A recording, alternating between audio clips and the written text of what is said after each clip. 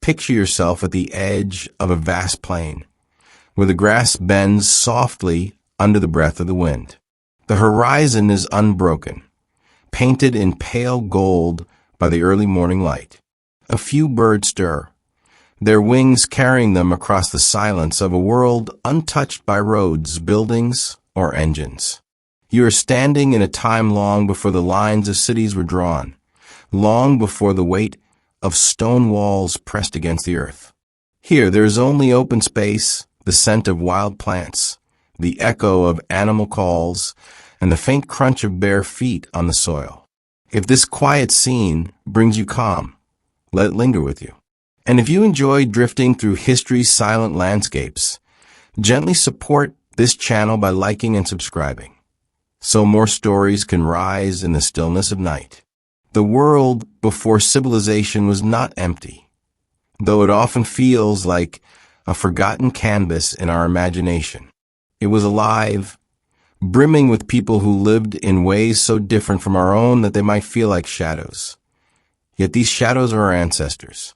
For more than 95% of human existence, our kind lived not in cities, not in villages, but in small groups that moved across forests, rivers, deserts, and seas. These people were hunters, gatherers, survivors. They lived close to the land, and the land shaped every choice, every breath, every quiet superstition. You can imagine the sounds of such a camp at dawn. A fire still glowing from the night before, its smoke curling upward in thin ribbons. The soft crack of wood as someone stirs it to life. Children murmuring in sleep, wrapped in hides, while others, restless, chase each other's shadows on the grass. In the distance, someone returns with water carried in a hollowed gourd. The tools of survival are simple but sharp: a stone blade, a bone needle, a basket woven from reeds. Nothing is wasted, because waste is a luxury civilization would invent much later. Anthropologists believe the first modern humans, Homo sapiens, emerged around 300,000 years ago in Africa. That date stretches so far back it almost feels unreal. Longer than the age of the pyramids, longer than the memory of language, longer even than the oldest myths. For tens of thousands of years, humans existed in small bands, usually no more than 20 to 50 individuals. These were families extended into larger kin groups, bound by necessity as much as by love. To live alone in this world was nearly impossible. To live together meant survival. Hunting and gathering was not just a way of feeding the body. It was a way of structuring life. The day unfolded with the needs of the group. Some set out to track animals, reading the faintest prints in the dust, watching for broken twigs or scat that told of nearby herds. Others searched for edible plants, roots, fruits, and seeds, carrying them back in nets slung across their backs. Knowledge of the land was deep, passed down without books or writing, carried instead in songs, gestures, and stories told around the fire. The food was varied, though not in the way modern supermarkets promise variety. Depending on season and region, diets might be heavy with fish, or with berries, or with nuts cracked open using hammerstones. There were lean times, too, when food grew scarce and people turned to tough roots, insects, or even scraping marrow from bones left behind by larger predators. Survival required flexibility, and flexibility became a human trait as important as walking upright or speaking. Tools were the quiet revolution of these early people. At first, sharp flakes of stone cut from a larger core. Later, carefully shaped hand axes, blades, and points designed to pierce hide and flesh. Bone was carved into needles, fish hooks, and barb tips for spears. Even fire itself was a tool, though one borrowed from the landscape before it was mastered. To control fire meant warmth, light, safety, and cooked food, which released more calories and fed bigger brains. It also meant social life. Around the fire, the first rhythms of community formed. One might almost joke that humanity's first living room was a circle of glowing embers beneath the stars. And the stars, always there, blazing brighter than we ever see them today, were perhaps the first teachers of wonder. Night after night, they drew lines across the heavens, inviting patterns to be imagined. Hunters chasing game, spirits moving silently, ancestors watching from above. These constellations were not just entertainment. They were guides. The stars told direction, marked the seasons, and signaled migrations. Long before written calendars, the sky was a calendar written in light. In this slow rhythm of life, there was danger, yes, but also remarkable balance. Predators roamed. Lions, leopards, hyenas, saber-toothed cats in earlier ages. But humans, with their tools and their cooperation, learned not only to survive among them, but eventually to push them aside. Illness was constant, injuries were serious, and lifespans were shorter than today's averages. Yet many who lived past the fragile years of childhood could expect to reach their 40s or even 50s, a long life by ancient standards. It is tempting to imagine this world as brutal, but studies of modern hunter-gatherer societies suggest something more nuanced. With no farms to protect and no hoarded wealth, there is little reason for territorial wars on a large scale. Disputes existed, of course, but they were often solved by moving apart, not clashing in armies. In this sense, human life before civilization may have been quieter, more communal, and less hierarchical than what came later.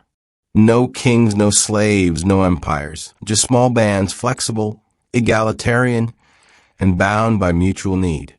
Still, survival was never easy. Drought could shrink rivers, forcing long migrations. Herds could vanish, leaving hunger behind. Natural disasters, floods, storms, volcanic eruptions could erase entire groups in a single season. And yet, humans endured. For hundreds of thousands of years, generation after generation, they learned, adapted, and passed on their wisdom and stories.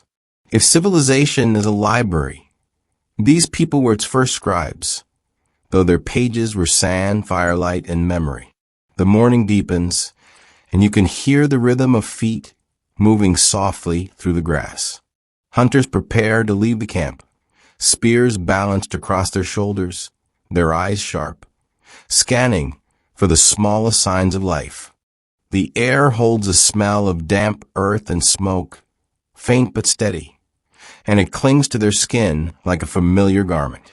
They move quietly, not out of fear, but out of habit, knowing that sound carries across open spaces, warning animals before a spear can fly. Those left behind turn their attention to gathering. Women, elders, and children bend over shrubs and roots, hands practiced at telling the difference between food and poison. A berry that looks harmless might bring illness. A root that seems unimportant might hold the energy needed to last through the night. Knowledge is survival, and knowledge is memory, taught not in schools, but in every gesture. A child watches their mother crush a leaf, smell it, taste a fragment, and spit it out if it burns a tongue. That small lesson may live inside them forever, waiting to save their life one day. The balance between hunting and gathering is delicate, and not as rigid as once thought. Anthropologists once painted men as hunters and women as gatherers, dividing labor neatly by gender. But in reality, the roles blurred. Women sometimes joined the hunt, and men often gathered. In some regions, gathering plants provided the majority of daily calories, while hunting offered rare bursts of meat. In others, fishing was central, with groups spending hours weaving nets and sharpening hooks. The truth is less about division and more about cooperation. Every hand mattered, Every skill was valued. The tools they carried tell us much about their lives. A stone point fitted onto a wooden shaft becomes more than a weapon. It is the result of countless hours of shaping, flaking, and testing. Archaeologists find such tools scattered across ancient campsites, chipped edges worn smooth by use. Each one holds a human fingerprint, not literal but invisible. The choices of where to strike the stone, the angle of pressure, the patience to start again when the flint broke wrong. We see in these tools the beginnings of human creativity, the first sparks of technology that would eventually ignite civilizations. At night, those tools rest beside the fire, while voices rise softly into the dark. The camp becomes a circle of sound, where stories weave the fabric of community. Imagine listening, your head tilted back toward the stars, as an elder's voice carries tales of animals that speak, of ancestors who walk in the sky, of lessons wrapped in humor. Sometimes the stories make children laugh. Sometimes they make them sit quietly, eyes wide, seeing in the flames what cannot be seen in the daylight. Storytelling was not simply entertainment. It was memory, law, and guidance. It was how humans became more than individuals. It was how they became people. Sleep comes in shifts. Some rest near the fire. Others keep watch at the edges. The night is filled with sounds, distant calls of hyenas, the soft shuffle of creatures moving through the brush, the steady crackle of firewood. There is fear, yes, but there is also comfort in numbers. Alone, one human would be vulnerable. Together, they are strong. This is perhaps the earliest lesson of humanity. Survival is collective. Over time, groups grew familiar with patterns in the land. They learned the routes of migrating herds, the seasons of fruiting trees, the rhythms of rivers that swelled and shrank. They followed these patterns, moving camp as needed, carrying their few possessions on their backs. A stone tool, a hide, a basket. Light enough to lift, durable enough to last. If one group lingered too long in one place, resources dwindled. Moving was not just preference, it was necessity. Nomadism was the default, and stability was rare. And yet, in this constant motion, there was also freedom. Without fixed houses or permanent boundaries, life unfolded in cycles. Camps rose and fell. Trails appeared and faded. Children were born beneath open skies, not ceilings. The earth itself was the roof, the walls, the floor. Home was not a structure, but a landscape. This gave people a perspective modern city dwellers often forget. The world was not separate from them. They were part of it. Imagine walking barefoot across the soil, each step feeling the subtle changes beneath. Sand gives way to clay, clay to grass, grass to stone. Each texture tells you where you are, just as the wind on your skin tells you the weather before it arrives. There's no need for forecasts when your own body is a barometer, tuned to the land. Perhaps this closeness explains why so many early myths describe humans and nature as kin, not enemies, not owners, but relatives. The humor of life, even then, found its way into daily survival.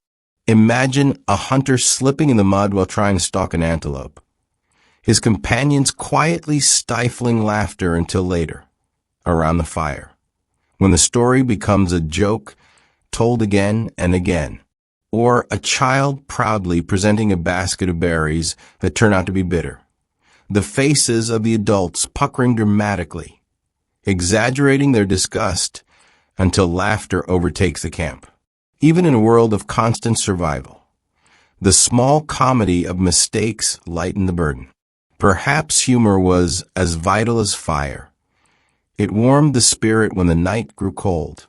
And so life unfolded, day by day, season by season, generation by generation. Hunters, gatherers, survivors. Not primitive, not savage, but human, every bit as intelligent as we are, though their intelligence was spent on reading the ground instead of glowing screens. They survived not because life was easy, but because they learned to adapt, to share, and to find meaning in the smallest of things. The crackle of a fire, the arc of a bird in flight, the echo of laughter across a plain. The wind shifts, carrying with it the faint chill of a changing season. The grass of the plains begins to turn brittle, and the animals that once grazed freely start to gather, preparing to move. The hunters and gatherers watch closely, for their lives are bound to these rhythms. When the herds begin their migration, so too must the people. Staying behind means hunger. Moving forward means survival. Migration was not a single event, but a constant thread woven through human history.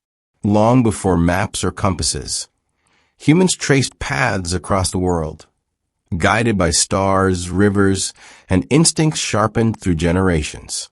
Step by step, they carried themselves out of Africa, across deserts and mountains, through valleys carved by ancient ice. Around 70,000 years ago, groups began crossing into new lands. First the Middle East, then Asia, Europe, and eventually far beyond. It is staggering to imagine. Bare feet pressing into unfamiliar soil, carrying no promise except the trust that something lived ahead. The Ice Age framed much of this movement. Picture a world colder, harsher, where glaciers spread like slow rivers of white across entire continents. Enormous sheets of ice towered over landscapes, sculpting valleys and redirecting rivers. Winters were long, summers brief. And yet, even here, humans adapted. They wrapped themselves in hides, stitched together with bone needles. They built shelters from wood, stone, and the bones of mammoths.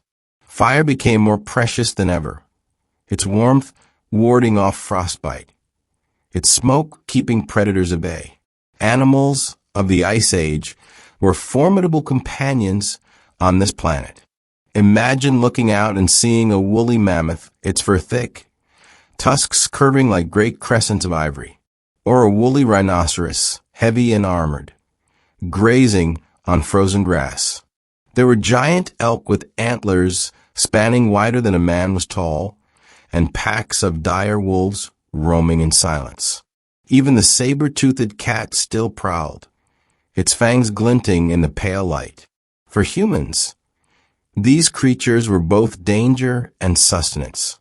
To hunt one meant enormous risk, but also enough meat and fat to feed a group for weeks. The ingenuity of survival shone brightest in these conditions. Tools became more sophisticated. Stone points carefully shaped for spears that could pierce thick hides.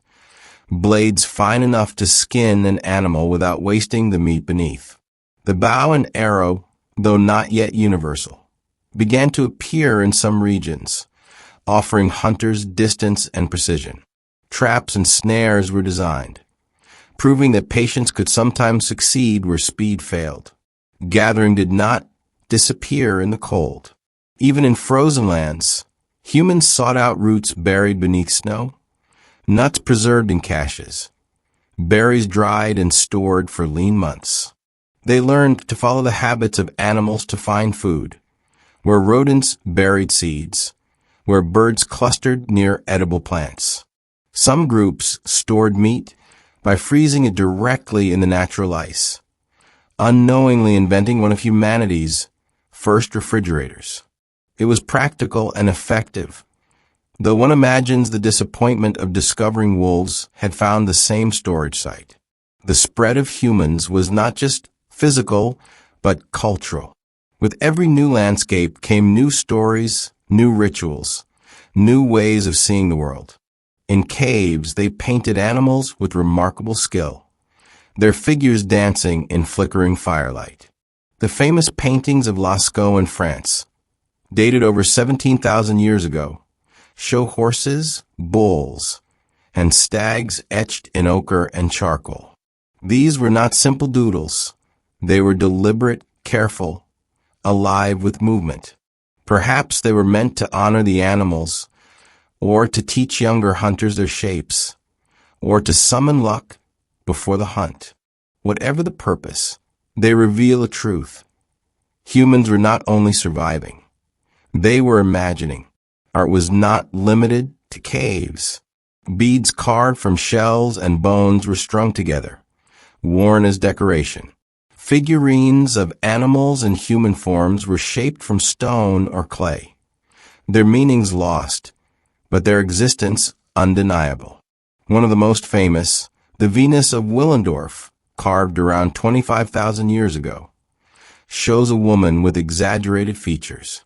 Some believe it symbolized fertility, others survival, others simply the human fascination with the human form.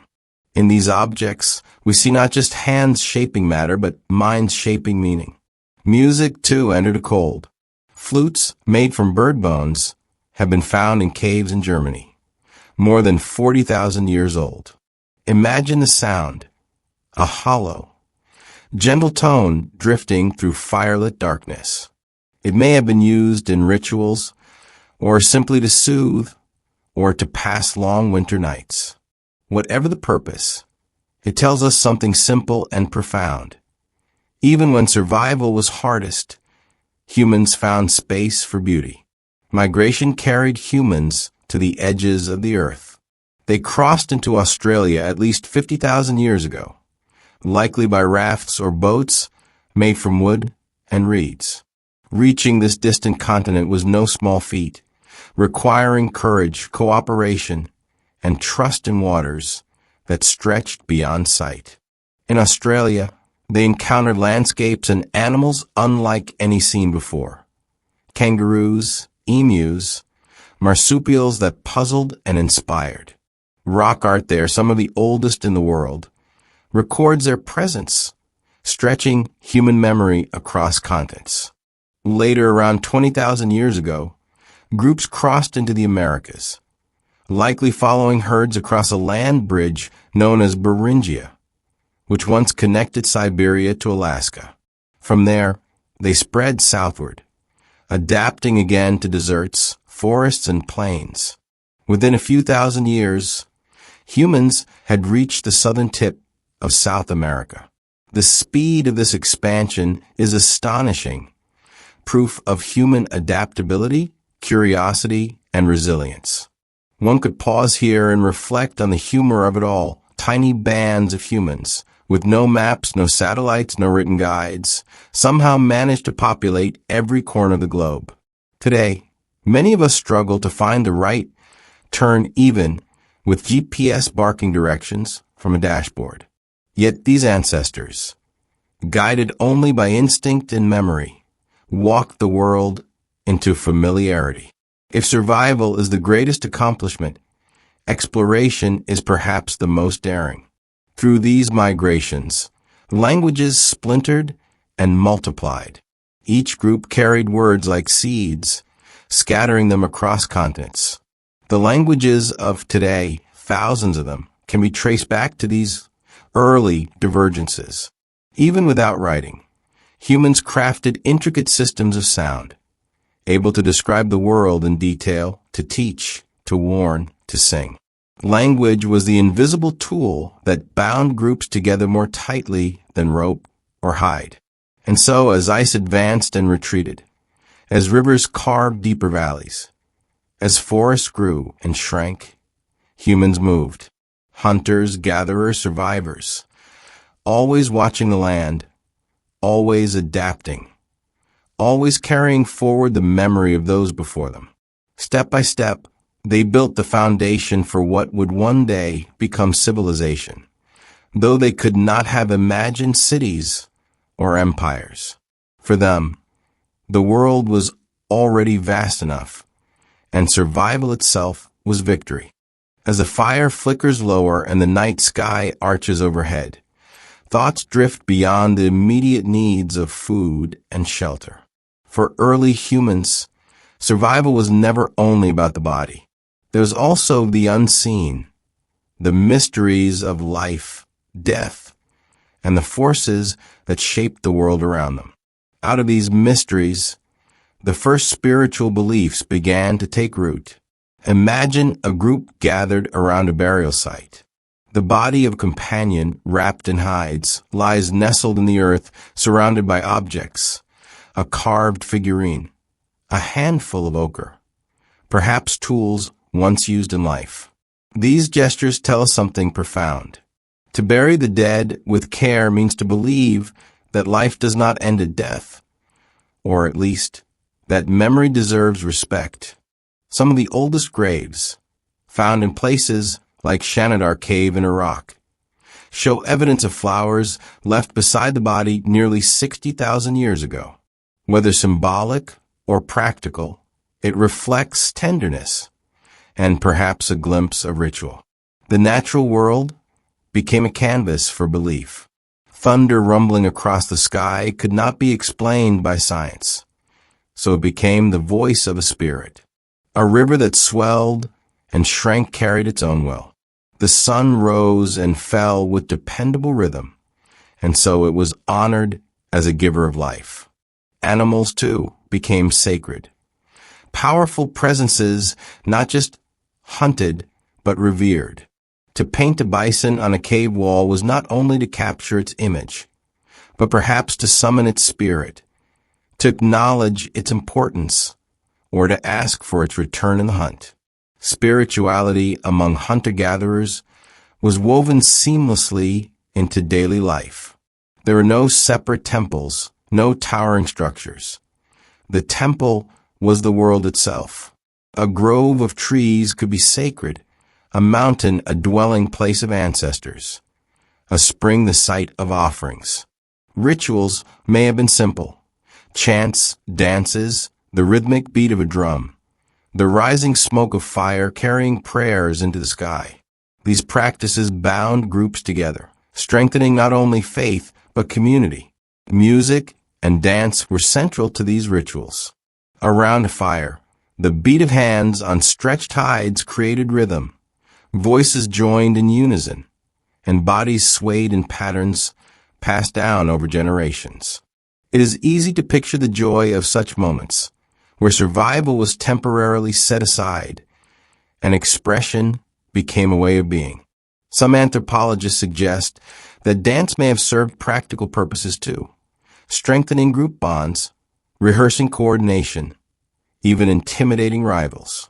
But beyond practicality, it was simply human, a need to move, to sing, to share. Social life among hunter-gatherers was shaped by necessity, yet it often leaned toward equality. Without farms or stockpiles of grain, there was little room for wealth to accumulate. Food was shared because hoarding could mean death for others.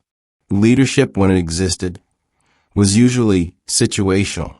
A skilled hunter might guide the hunt.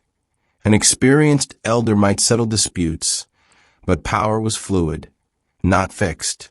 Decisions were often made by consensus, with voices heard around the fire, not dictated from a throne. This balance gave rise to strong bonds. Kinship stretched beyond blood, weaving groups together into larger networks.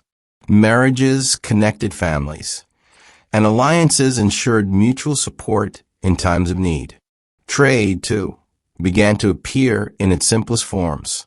A group with access to shells by the sea might exchange them for stone tools crafted inland.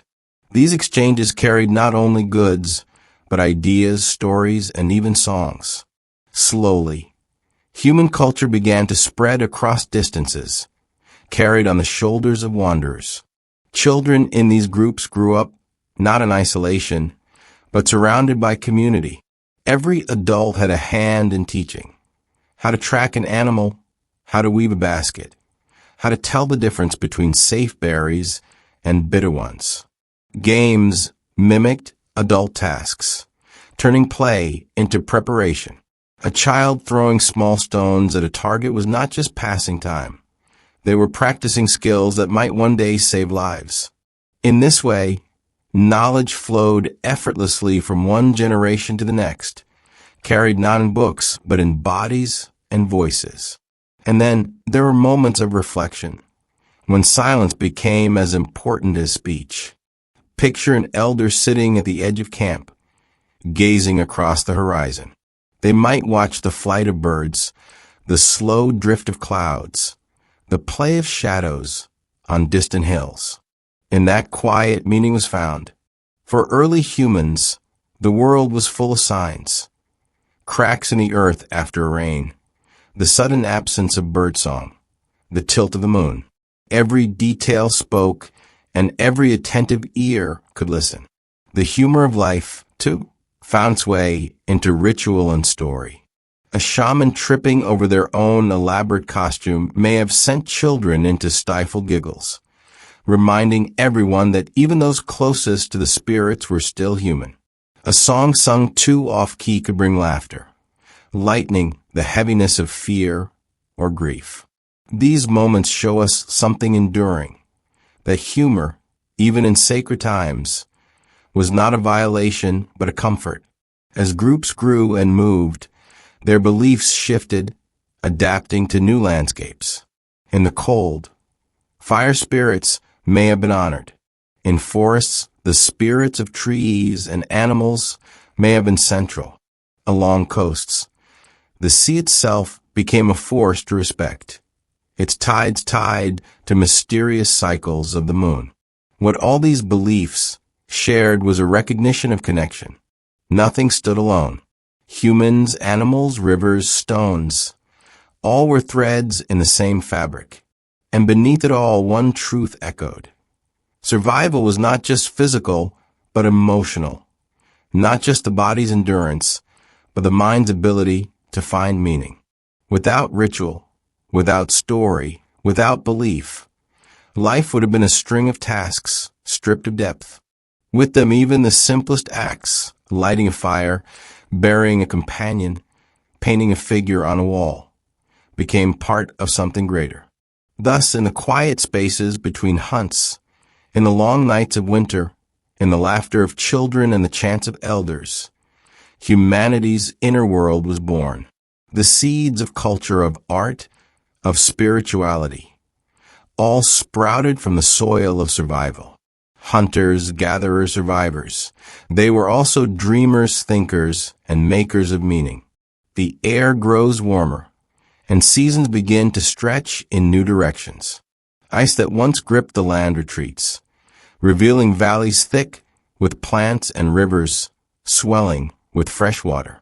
Animals follow the changing climate, and so do the people, adjusting their paths, their habits, their stories.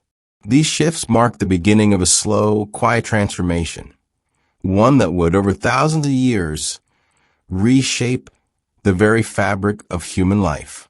In some places, resources grew plentiful. Wild grain sprouted in abundance along fertile plains, seeds scattering freely in the breeze. People noticed that when seeds fell onto disturbed soil, new plants returned in the same place the following season. It was not yet farming, but it was the spark of observation. Slowly, patterns emerged. Plants could be encouraged. Landscapes could be shaped. The line between gathering and growing blurred.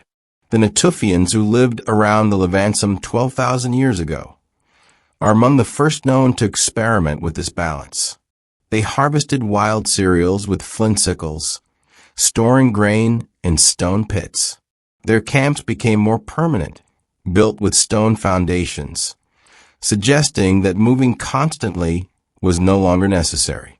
Dogs, once wolves, were drawn into these settlements, gradually shifting from predators at the edge of the firelight to companions that guarded and hunted alongside humans. One could imagine the relief of early families, knowing that an extra pair of sharp eyes and sharper teeth prowled near the camp at night. Elsewhere, similar changes took shape. Along the Nile, wild barley grew thick along riverbanks, and fish swam in seasonal abundance. In China's valleys, wild rice flourished in shallow waters. In the Americas, squash and beans began to weave their way into diets. None of this was yet deliberate farming, but the signs were present. Humanity was learning that food did not have to be chased across open plains. It could be coaxed from the earth. Population played its part. Small groups could survive on hunting and gathering. But as numbers grew, the pressure to feed everyone intensified. Hunting alone was unpredictable. A missed hunt meant hunger for days. Plants, however, offered stability. Seeds could be stored, ground into flour, baked into bread. With every season, the appeal of cultivation grew stronger. The great irony of human history is that agriculture, which promised security, also bound people in new ways, tying them to soil, to seasons, to obligations unknown to their wandering ancestors. Before fields and plows, though, there were still camps of hunters and gatherers moving with the seasons, pressing outward into every corner of the earth. Their shelters varied with the land. In open plains, they built tents of hide stretched over wooden poles. In colder climates, they dug into the earth, insulating with sod or bone. Along coasts, huts of reeds and driftwood rose quickly, light enough to abandon when the tide of necessity shifted. These homes were simple, practical, and always temporary. Permanence was a concept the land itself did not encourage. Storms, floods, and migrations made sure of that. Clothing, too, evolved. Animal hides provided warmth in cold regions, stitched together with sinew and bone needles. In warmer climates, plant fibers were twisted into simple coverings, woven into mats and cords. Decoration found its way even into necessity. Beads, shells, and carved bone ornaments were sewn into garments, perhaps as symbols of identity, perhaps simply for beauty. The line between survival and self-expression was already blurred. Food preparation grew more sophisticated. Stone mortars and pestles crushed seeds and nuts into pastes, early forms of flour. Fire roasted tubers softened tough roots and transformed bitter plants into edible meals. Cooking was more than convenience. It unlocked calories otherwise trapped, fueling larger groups, supporting children, and sustaining the elderly. In this sense, every ember in the fire was a quiet tool of civilization. Yet even as humans edged toward change, the old rhythms of hunting and gathering remained dominant. Hunters tracked quietly across landscapes, using spears, atlatls, spear throwers that gave extra force, and in some regions, bows. Fishing evolved too, with bone hooks, nets, and harpoons carved with care. Gathering required equal skill, knowledge of seasons, of plants that cured or killed, of mushrooms best avoided unless one wished to spend an afternoon regretting curiosity. Every meal was a product of knowledge, honed across centuries, stored not in books, but in memory. The social fabric of these groups remained flexible. Leadership was still light, often resting on the shoulders of those most skilled in the moment. An elder might know the paths of animals. A healer might know which herbs soothed fever. A skilled storyteller might keep spirits strong in long winters. All were leaders, none permanent. Authority was situational, shared like the fire at the center of camp. Humor, as always, softened the edges. Imagine the laughter when a young hunter returned breathless, boasting of the giant deer he nearly caught, only to reveal a hare no bigger than a bundle of sticks. Or the groans of children when elders repeated the same cautionary tale for the 100th time, their eyes rolling in the universal language of youth. These moments remind us that, despite the gulf of time, they were not strangers to us. They were us, but the ground was shifting beneath their feet, quietly, invisibly. The climate stabilized after the Ice Age, creating fertile crescents and river valleys that begged for seeds. People lingered longer in camps, returning to the same site season after season. Stone tools for grinding grain grew more common. The first granaries appeared, not yet farms, but a step toward permanence. And permanence, once chosen, would change everything. Still, in these long centuries of transition, the essence of human life remained. To rise with the sun, to follow the animals, to gather the fruits of the earth, to sit by the fire at night and share stories. Hunters, gatherers, survivors. They lived close to the land, closer than we can easily imagine today, when walls and screens soften the world. Their lives were fragile. Yet in that fragility lay resilience. They endured, adapted, and carried humanity forward to the edge of civilization. The days lengthen, the air steadies, and the world begins to hold its breath in a new balance. Where once seasons swung wildly under the grip of ice, now patterns become gentler, more predictable. Rains fall at familiar times, rivers swell with regular rhythm, and the soil, when disturbed, welcomes seed after seed. This quiet stability becomes the stage for one of humanity's most profound shifts. At first, the change is almost imperceptible. A family scatters seeds near their camp, not with intention, but as a habit. Dropped kernels from a harvest bag, husks thrown aside after a meal. When they return months later, green shoots rise in clusters, as though the earth itself remembered their passing. It is no longer only about finding food. It is about coaxing it. The earliest farmers may not have even called themselves such. They were gatherers who nudged the land, who discovered that waiting could sometimes yield more than wandering. The Fertile Crescent of the Middle East becomes one of these early centers. Between the Tigris and Euphrates rivers, wild barley and wheat stand tall, swaying in the sun. People build sickles from flint, harvesting more efficiently, storing grain in baskets lined with clay. With grain comes bread, the simplest, most transformative meal.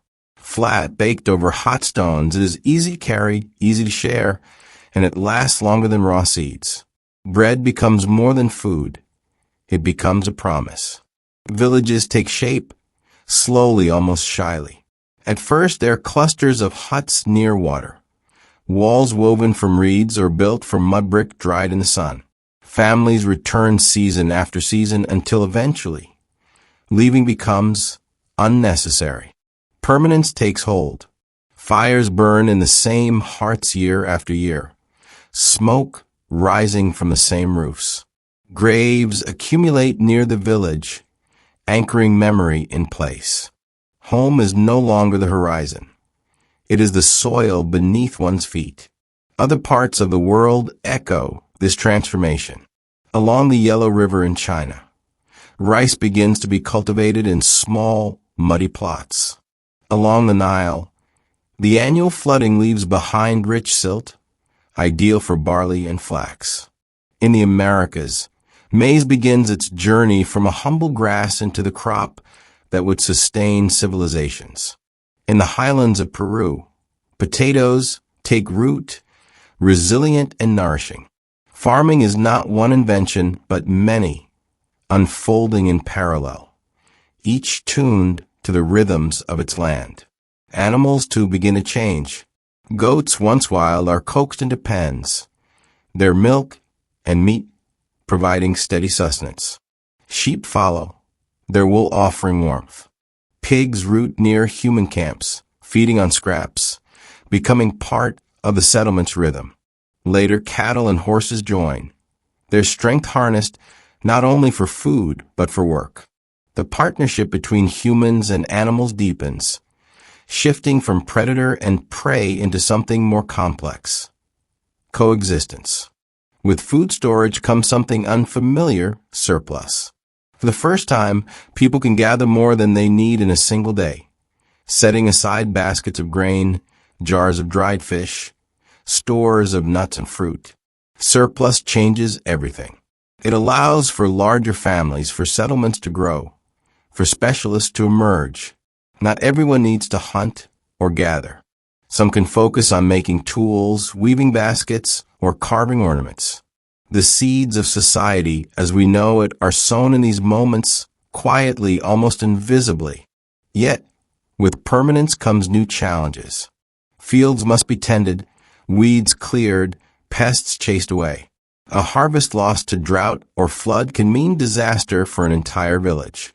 Where nomads could once move to new lands when resources failed, settled people are bound to their soil.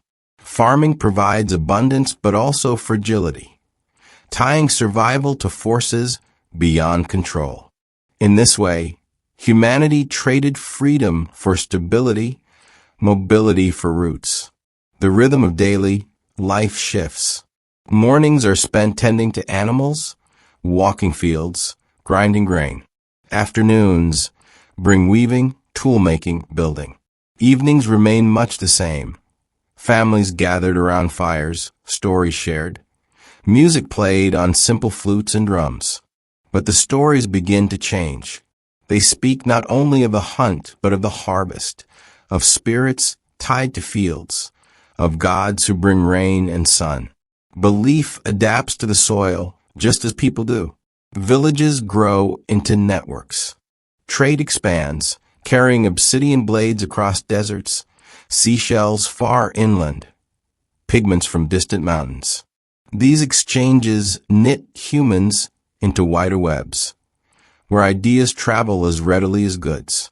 A new kind of human world is emerging, less scattered, more interconnected. And still, through all this, the memory of the hunter-gatherer life lingers. Even in settled villages, hunting continues. Gathering supplements the diet, and nomadic bands persist on the edges of fertile valleys.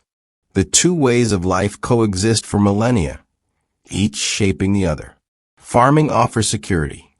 Foraging offers freedom. Together, they weave the long transition from wild landscapes to cultivated fields. If one listens closely, one can almost hear the sigh of those early farmers as they bend over their fields, remembering the open horizons of their ancestors. Perhaps some longed for the days of following herds, of wandering without walls. Perhaps others, tired of hunger, embraced the new rhythm gladly. Both instincts lived within them, just as they live within us. The desire to roam and the desire to root, the call of the horizon and the comfort of home. Thus, in quiet valleys and along fertile rivers, humanity's story bends toward permanence. Hunters, gatherers, survivors are becoming something more. Settlers, planters, builders of villages. The seeds of civilization lie scattered in the soil, waiting to grow into something vast. Smoke drifts lazily from hearths that have burned for years in the same place, no longer temporary, no longer at the mercy of constant movement. Villages grow denser. Mud brick walls rise shoulder to shoulder. Thatched roofs cluster in small circles, and narrow footpaths wind between homes. The air carries the sound of human life gathered together. The rhythmic pounding of grain being ground into flour, the low calls of livestock in pens, children laughing as they chase each other between huts. These are not yet cities, not yet the towering civilizations of later ages, but they are more than camps. They are villages settled, enduring, anchored to soil. Places like Jericho, with evidence of occupation more than 10,000 years ago, stand as some of the earliest known examples. Here, people built walls of stone to encircle their community, not only as protection from outsiders, but also from the floods of the Jordan River. These walls mark something new, the idea of boundary, of an inside and an outside. Hunters and gatherers once knew no such lines, roaming freely. Now humans begin to define space as theirs. With permanence comes construction. Storage pits for grain are dug deeper, lined with stone to keep pests away. Pottery emerges shaped with care, fired in simple kills. Clay jars hold water, wine, and food, extending the reach of survival into seasons of scarcity. Pottery shards scattered across ancient sites tell us of daily meals, of hands that once smoothed clay and traced patterns before baking it into permanence. Tools evolve too. Polished stone axes cut more cleanly, sickles inlaid with flint harvest fields more efficiently. The bow becomes widespread, its arrows tipped with sharpened points that could be used in hunting or in defense. Fire-hardened blades, bone awls, woven nets, all serve to stretch human ingenuity further. Where once a single flake of stone was survival, now craftsmanship becomes art. Tools are not just functional, they are specialized, adapted to tasks, proof of minds thinking in detail. Social structures deepen. Where once decisions were made in circles around the fire, villages now require coordination. Who will tend the fields? Who will guard the herds? Who will oversee the storage of food and the construction of walls? Leadership takes on new weight. Elders and skilled organizers gain influence not through wealth. For wealth, as we know it, does not yet exist, but through knowledge and respect. In these roots of organization lie the first whispers of hierarchy, faint but growing. Religion too shifts as belief bends toward the soil. Fertility goddesses appear in figurines, their shapes emphasizing abundance, harvest, and continuity. Shrines are built within villages, simple altars of stone or clay where offerings are left.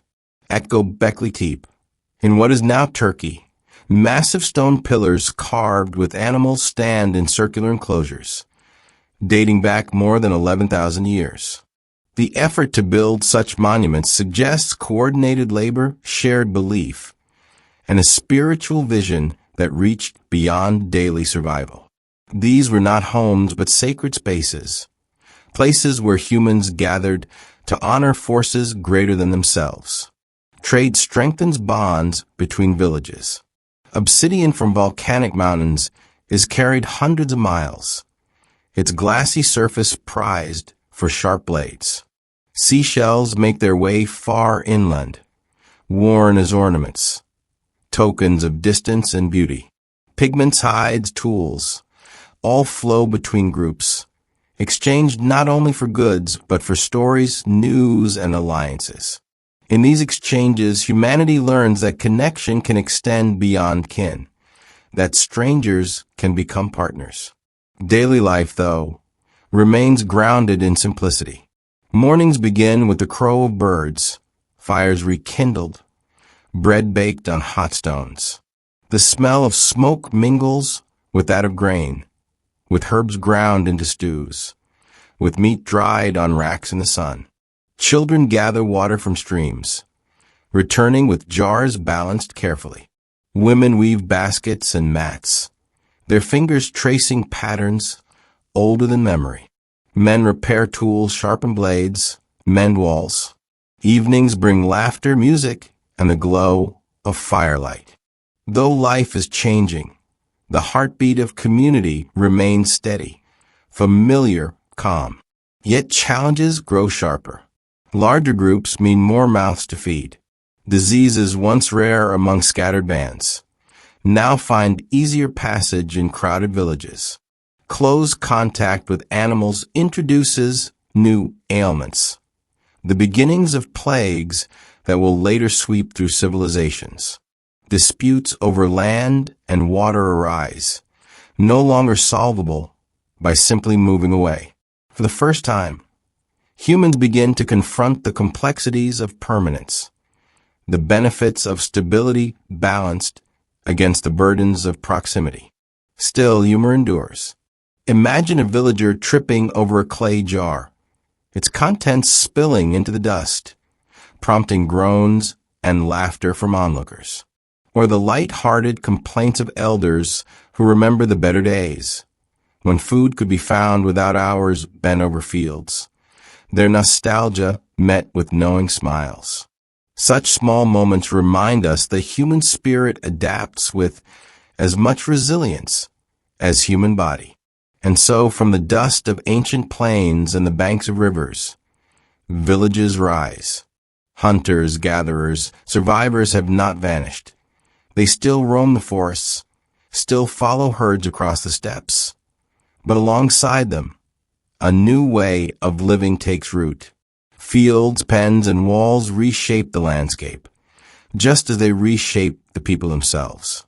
The foundation of civilization is being laid quietly, stone by stone, seed by seed, story by story. In the steady rhythm of seasons, villages swell into something larger. The harvests become more reliable, storage pits deepen, and walls extend further to encircle not just families, but entire communities. A settlement that once housed a few dozen now holds hundreds. The quiet hum of daily labor grows louder, echoing with the sounds of grinding stones, the bray of animals, and the chatter of voices overlapping in narrow lanes. With growth comes change. Where once everyone shared similar tasks, hunting, gathering, tending fields, now differences emerge. Surplus food allows some to step away from the constant cycle of survival. A skilled flint knapper might spend more time shaping tools than planting. A potter may refine clay vessels until they're smoother, sturdier, more beautiful than before. A healer might devote their energy to herbs and remedies, learning which leaves soothe fever, which roots ease pain. Specialization becomes possible, and with it, society grows more complex. The presence of surplus also brings the first whispers of inequality. In small nomadic bands, food had been shared, because to hoard meant risk for all.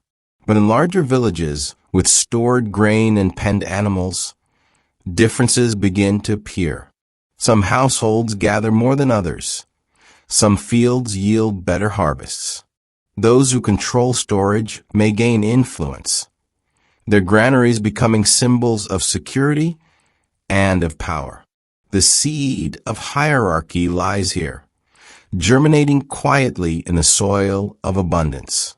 Leadership, once fluid and situational, begins to solidify. Certain figures, elders, skilled hunters, respected healers, become decision-makers not just in moments of need, but in daily affairs. Some settlements may even see the rise of early chiefs, individuals whose authority rests on managing resources and resolving disputes. It is not yet monarchy, not yet empire, but it is the beginning of structured leadership, a step away from the egalitarian circles of campfires past. Religion, too, grows more formal. Shrines are no longer just small stones arranged in the dirt, but become built spaces, central to village life. Figures carved in clay or stone depict not only animals, but deities, spirits of fertility, of rain, of harvest.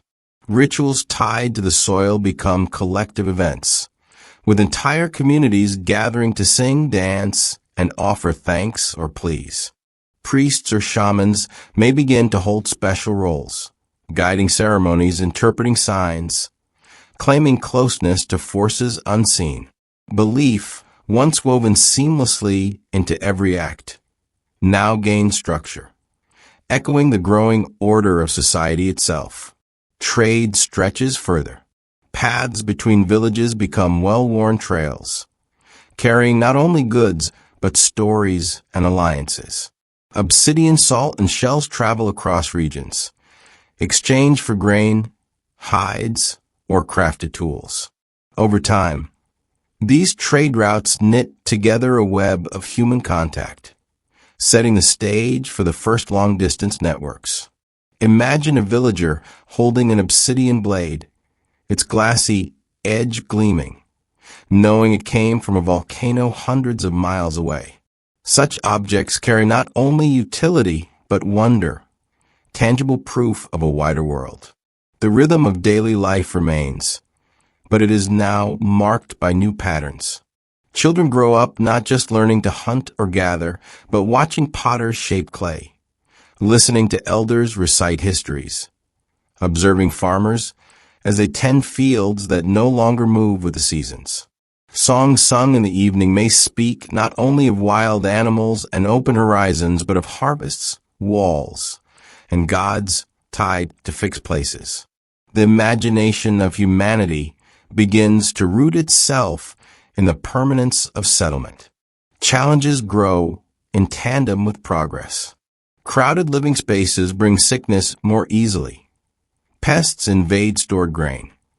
Disputes over land spark tensions that can no longer be solved by simple separation.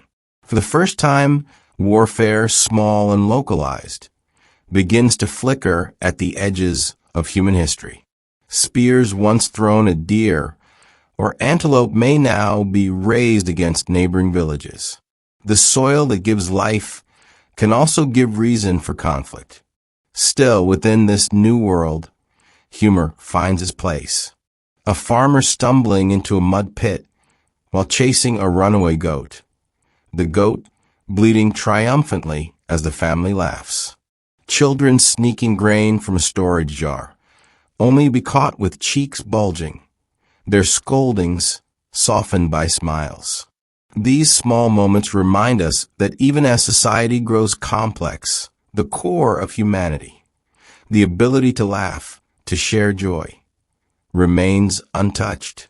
The transformation is gradual, spread across centuries, so vast that no single person would have noticed its full weight. But step by step, the world of hunters and gatherers fades, replaced by settlements that pulse with new rhythms. Villages grow into towns. Fields stretch further. Tools become sharper. Stories become more layered. Humanity, once carried by wandering feet, is now anchored by walls, by hearts, by soil. The foundation for civilization is laid, though those living in these towns could not have foreseen it. For them, life remained simple. Tend the crops, mend the walls, honor the spirits, raise children, laugh by the fire. Yet from these humble rhythms, the great sweep of human history would unfold. Hunters, gatherers, survivors had become something new. Planters, builders, dreamers of permanence. In the soft haze of morning, smoke rises from many hearths, weaving into a pale veil that hangs over clustered rooftops. What were once scattered villages have grown together, pressing closer, their walls touching, their streets forming narrow passageways between mud-brick houses. The hum of life is louder now. Animals bleating in pens, merchants calling out their wares, children weaving between neighbors, their laughter bouncing off walls. Humanity is no longer only surviving. It is beginning to build something larger, something resembling the earliest cities. Markets emerge almost naturally. At first, they are nothing more than open spaces where people gather to exchange baskets of grain for a polished blade or hides for jars of honey. But the rhythm of trade becomes regular, and soon these spaces are known, expected, anticipated. The market is more than economy. It is community. News is exchanged as often as goods. Stories of distant lands travel faster than the footsteps that carry them. A broken tool might be mended by a craftsman whose hands know nothing of farming, proof that specialization has deepened. Defenses grow stronger. Stone walls encircle not just homes, but entire settlements. Watchtowers rise, allowing eyes to scan the horizon for strangers, sometimes friends, sometimes rivals. Gates appear, not yet massive, but symbolic, a point of entry, a declaration of belonging. These walls speak of both fear and pride. They protect against floods, wild animals, and raiders. But they also say, here we remain. This place is ours. Architecture matures. Homes are no longer simple huts but multi-room dwellings, their walls plastered smooth, their roofs supported by wooden beams. Some are built close together, sharing walls, their courtyards opening to the sky. Others are raised slightly above the earth, steps leading to doorways worn smooth by many feet. In places like Catalhoyuk, in modern-day Turkey, houses stood so close that people entered through the roofs, climbing down ladders into rooms decorated with painted walls and mounted animal skulls. Here, art and daily life intertwined. Survival and expression became inseparable. The social fabric stretches.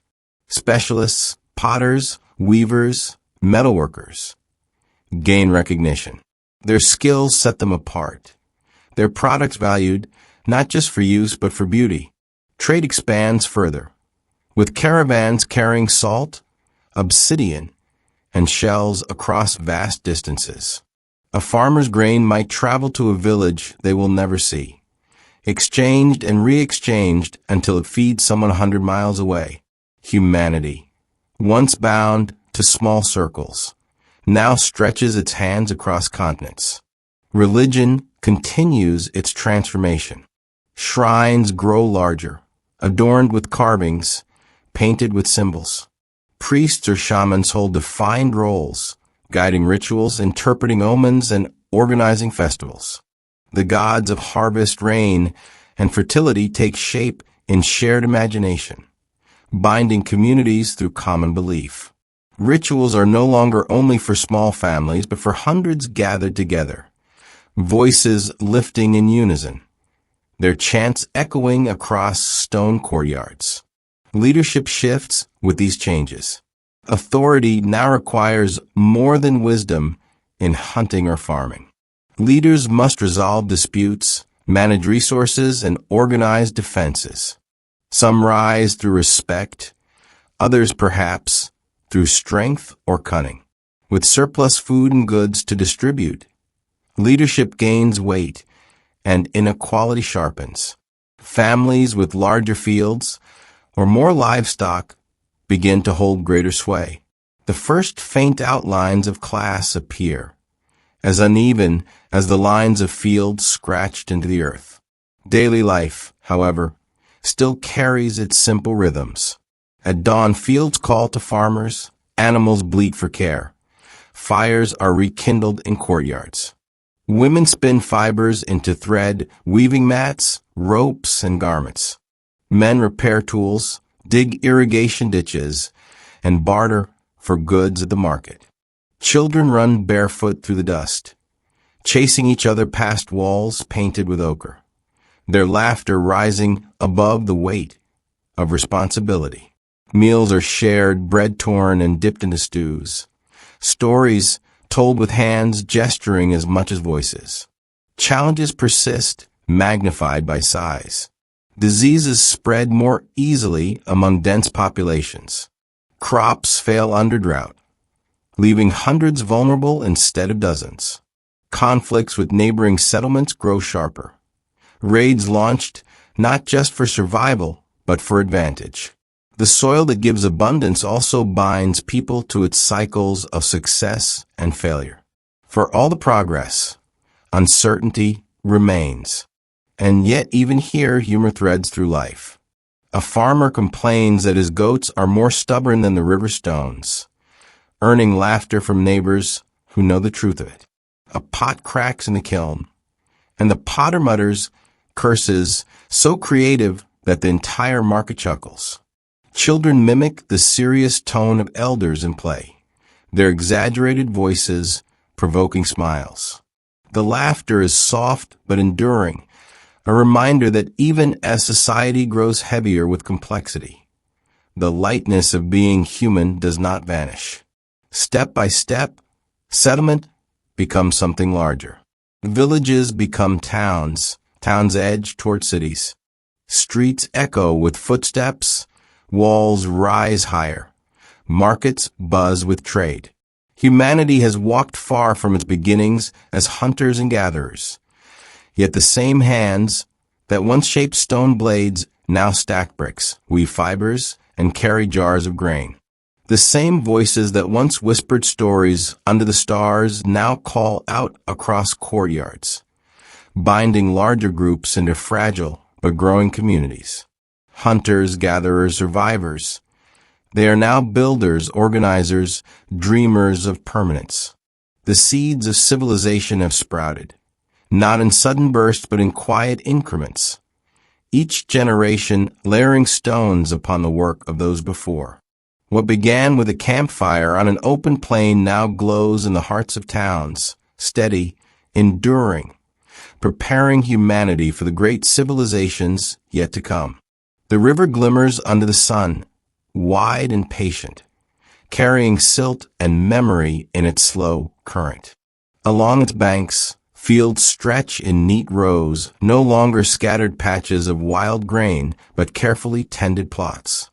Water flows through ditches dug by human hands, redirected into channels that feed the soil. Irrigation is born, simple at first, a trench cut from river to field, but revolutionary in its reach. With water controlled, harvests grow larger, steadier. Entire communities learn to rely not only on rain, but on their own ability to shape the land. With abundance comes permanence of a new order. Towns cluster around rivers and valleys. The Nile in Egypt, the Tigris and Euphrates in Mesopotamia, the Indus in South Asia, the Yellow River in China. These great waterways become lifelines, anchoring humanity in fertile crescents of green amid vast stretches of desert or steppe. Where rivers flow, people gather. And where people gather, the first civilizations begin to rise. The traces of these shifts can still be seen. Mud brick houses form blocks along riverbanks. Storage silos rise higher, and public spaces appear. What was once a cluster of homes grows into something more organized. Paths become roads. Markets find permanent corners.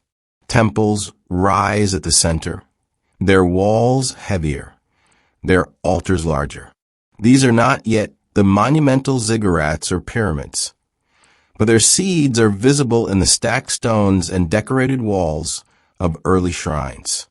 Writing begins to stir in this world, though not in letters as we know them. At first, it is marks pressed into clay, tallies of grain, records of livestock, tokens of trade. A clay tablet marked with lines and symbols may seem simple, but it carries weight. Memory no longer relies solely on voices and firelight. It is pressed into matter, preserved, passed on. With writing, humanity learns to extend its memory beyond a single lifetime. The first accountants, though hardly glamorous, were the quiet architects of history. Labor divides further. Farmers tend fields. Artisans craft pottery, tools, and ornaments. Builders raise walls and dig canals. Traders move goods across regions. Leadership crystallizes into clearer forms, councils, chiefs, even kings. The first true classes emerge. Those who work the land, those who make, those who lead, and those who serve the unseen through rituals. Inequality deepens, though for many it may still feel natural, a reflection of order rather than a disruption. Religion follows the same path. What was once a simple shrine in a hut grows into a temple of stone, decorated with carvings, overseen by priests who claim knowledge of the divine. Rituals become public, binding entire towns in shared belief. Festivals tied to planting and harvest echo through streets, their processions carrying songs, drums, and offerings. Gods take on names, shapes, stories. Powerful beings tied to rivers, skies, storms, and fertility. For a people bound to the soil, the divine is never far from the earth itself. The hum of cities grows louder. Markets bustle daily. Goods piled on mats. Clay pots, woven cloth, baskets of grain, dried fish, beads of shell and bone. Voices overlap in bargains, laughter, gossip. News of distant villages arrives with traders, stories carried as eagerly as goods.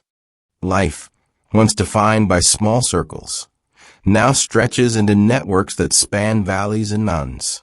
The world begins to feel both larger and closer at once. But with growth comes new tension. Disputes over water, land, or trade routes cannot always be solved with quiet compromise. Walls rise higher, spears sharpen for purposes not of hunting but of war. Armies form, not yet the vast legions of later ages, but enough to defend, to raid, to expand. Human ingenuity, once aimed at survival, now shapes the tools of conflict. Still, humor refuses to vanish. Soldiers, waiting in dust and heat, may joke about the stubbornness of their commanders or the size of their rations. Even in the shadow of tension, laughter slips through, softening the edge of fear. Inside homes, daily life continues with familiar simplicity. Families knead dough, bake bread, stir stews in clay pots. Children play with small figurines carved from stone or clay, their imaginations carrying them beyond walls. Songs drift from doorways, weaving rhythm into work.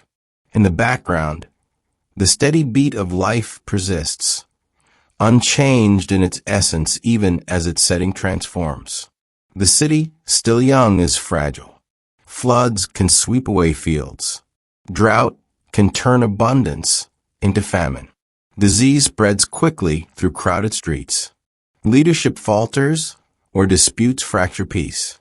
Yet the experiment of civilization continues, generation after generation layering bricks on foundations laid by those before.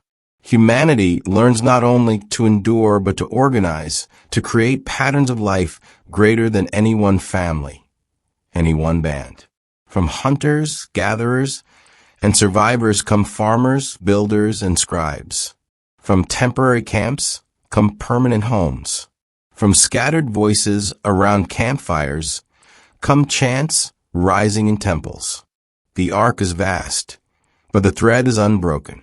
The same hands that once shaped stone flakes now carve clay tablets.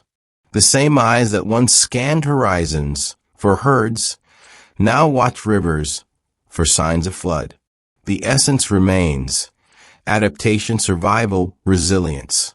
And in the quiet of night, when fires burn low and streets fall silent, one imagines the stars overhead remain the same.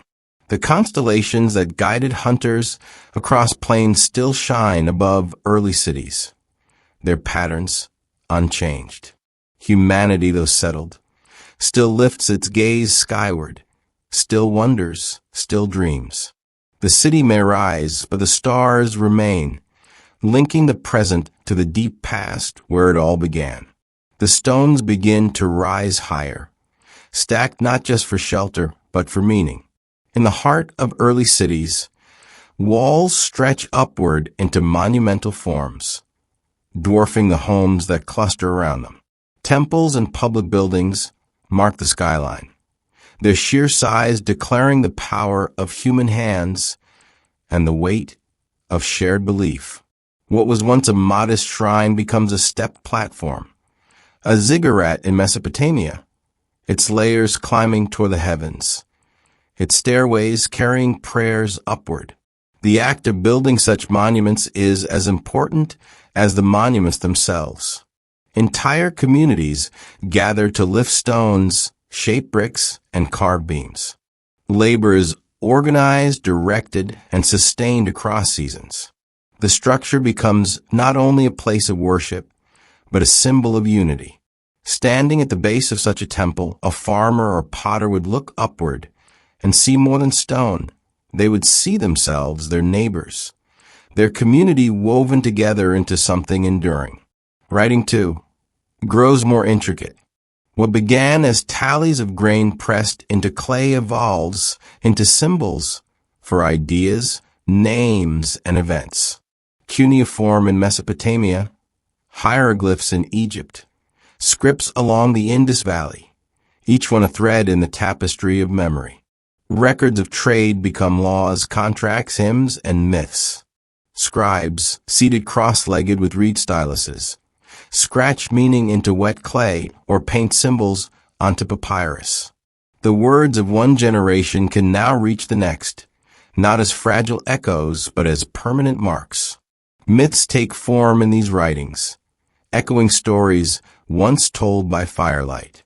Gods of sky and storm, rivers and fertility, love and death step into language, their deeds etched for all to read. The Epic of Gilgamesh, carved into clay thousands of years ago, tells of a king seeking immortality, reflecting questions as old as humanity itself. These myths are more than entertainment. They are explanations, moral lessons, reflections of a people seeking order in the vastness of existence. Trade extends beyond villages and valleys, carried by caravans of donkeys and boats along rivers. Lapis lazuli from Afghanistan finds its way into Mesopotamia, its deep blue gleaming in jewelry and decoration. Copper travels from distant mines, smelted into tools and ornaments. Grains, textiles, wine, and oil move across borders, linking cities in webs of exchange. In markets, foreign goods mingle with local produce, and with them come foreign words, songs, and ideas. The city is no longer just local. It is connected to lands far beyond its horizon. Inequality deepens alongside abundance. Palaces rise beside temples, their walls enclosing courtyards, storage rooms, and halls decorated with carvings. Those who govern live apart, their status marked by space and luxury. Farmers and laborers continue their daily toil, their efforts supporting the splendor above. Slavery appears, binding some to labor under the command of others. What was once a society of shared survival now divides, its hierarchies visible in architecture, clothing, and burial. A rich grave filled with ornaments and weapons lies not far from a poor one, barely covered. Even in death, the differences remain. And yet, within the city, life hums with familiar rhythms. A mother bakes bread in a clay oven, dusting flour from her hands.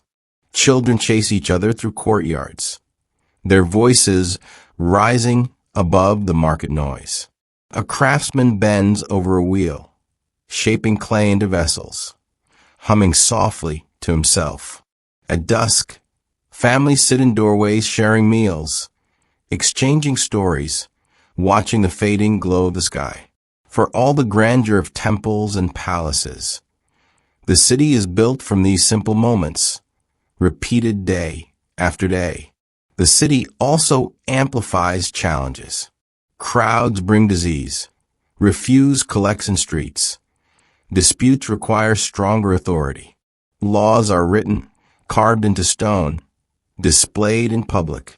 The Code of Hammurabi, inscribed in Babylon nearly 4,000 years ago, lists punishments and rules.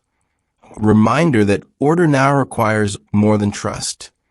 It requires regulation. An eye for an eye, it says, setting the tone for justice as both balance and warning. Even in these rules, humor lingers in daily life.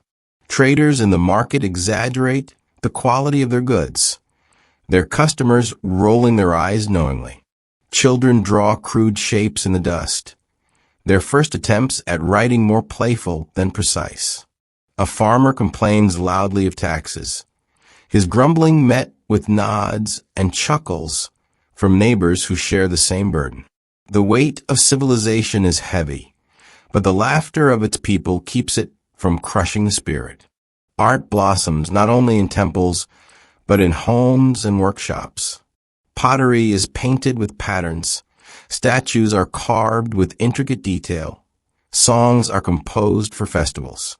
Music once simple flutes and drums, grows richer, with lyres and harps strummed in palaces and streets alike. The city becomes a canvas, each wall song and carving a declaration. We are more than survival, we are creators. Step by step, the transformation deepens.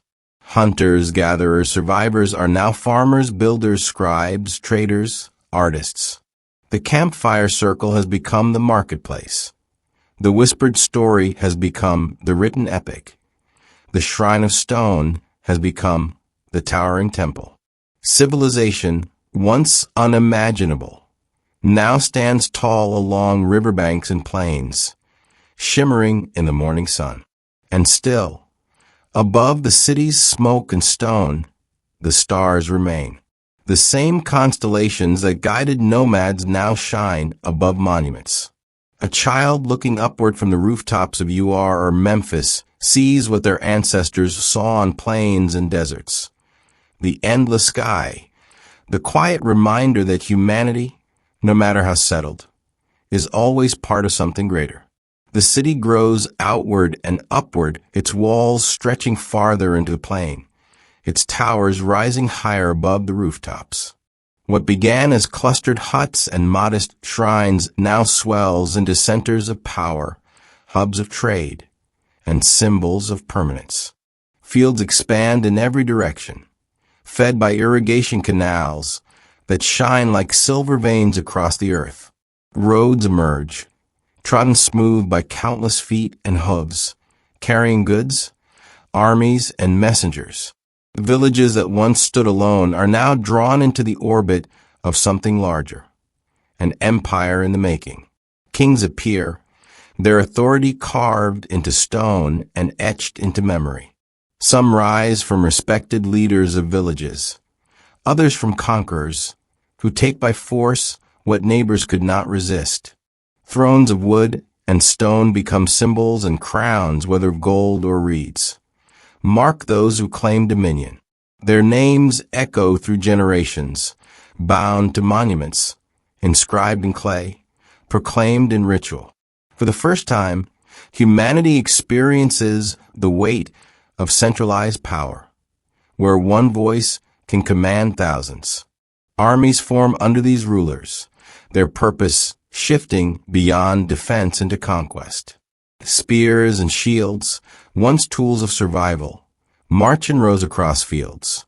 Chariots rattle over packed earth, their wheels cutting lines into the soil. Standards rise above ranks, carrying emblems of gods and kings alike. The city no longer protects itself only from hunger and flood. It now projects its strength outward, demanding tribute, expanding borders. Empire is born in these moments, carried by the discipline of soldiers and the ambition of rulers. Monumental architecture blooms alongside military might. Temples swell into towering ziggurats in Mesopotamia, pyramids in Egypt, palaces in every land where kings demand grandeur. The labor is immense, organized with precision. Thousands of workers carve, lift, and haul stone, their sweat mixing with the dust of construction. The monuments are not merely buildings. They are statements of power, of devotion, of permanence. To stand at the base of a pyramid, its sides glinting in the sun, is to feel the weight of both human ambition and human endurance. Religion entwines itself with rule. Kings are no longer only leaders. They are chosen by gods, or even gods themselves. Divine right gives their power legitimacy, binding belief to governance. Priests stand beside rulers, their rituals ensuring the favored deities.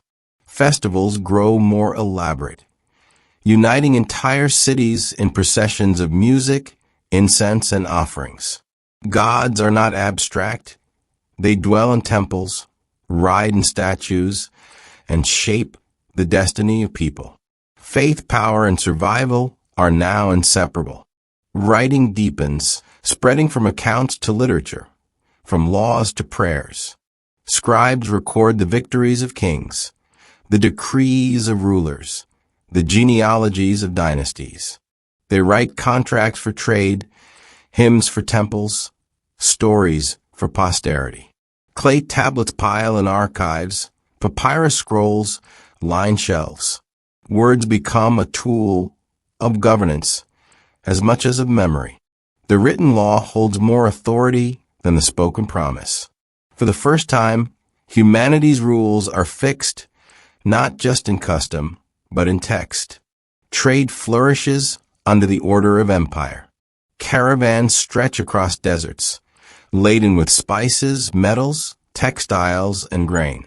Ships hug coastlines, their sails catching wind as they carry goods to distant ports.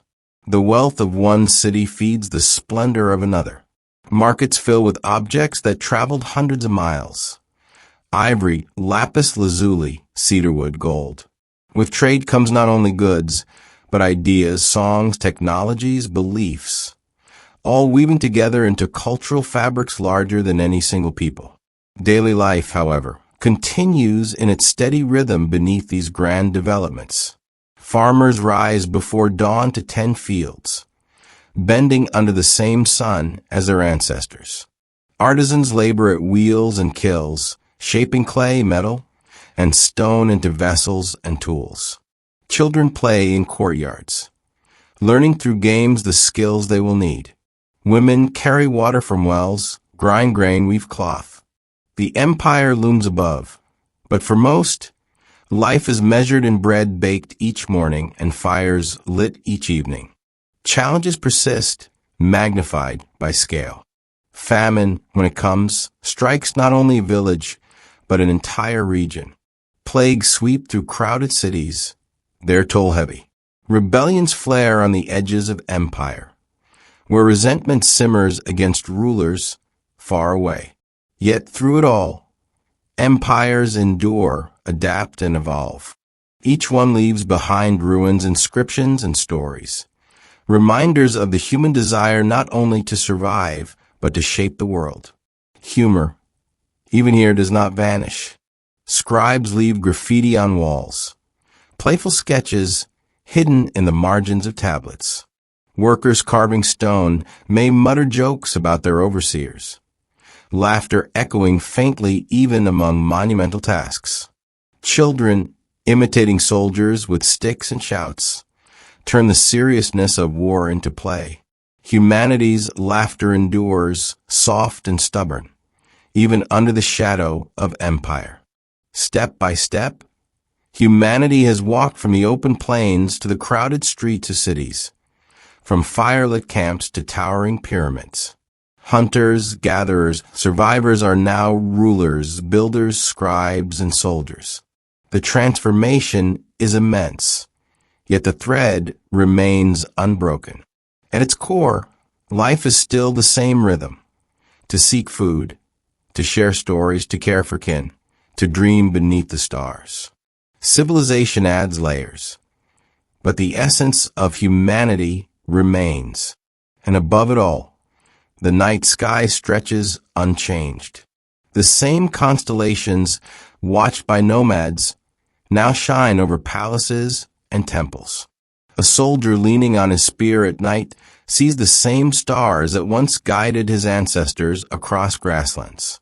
Civilization may rise and fall, but the sky reminds us of continuity, of the long journey from survival to society.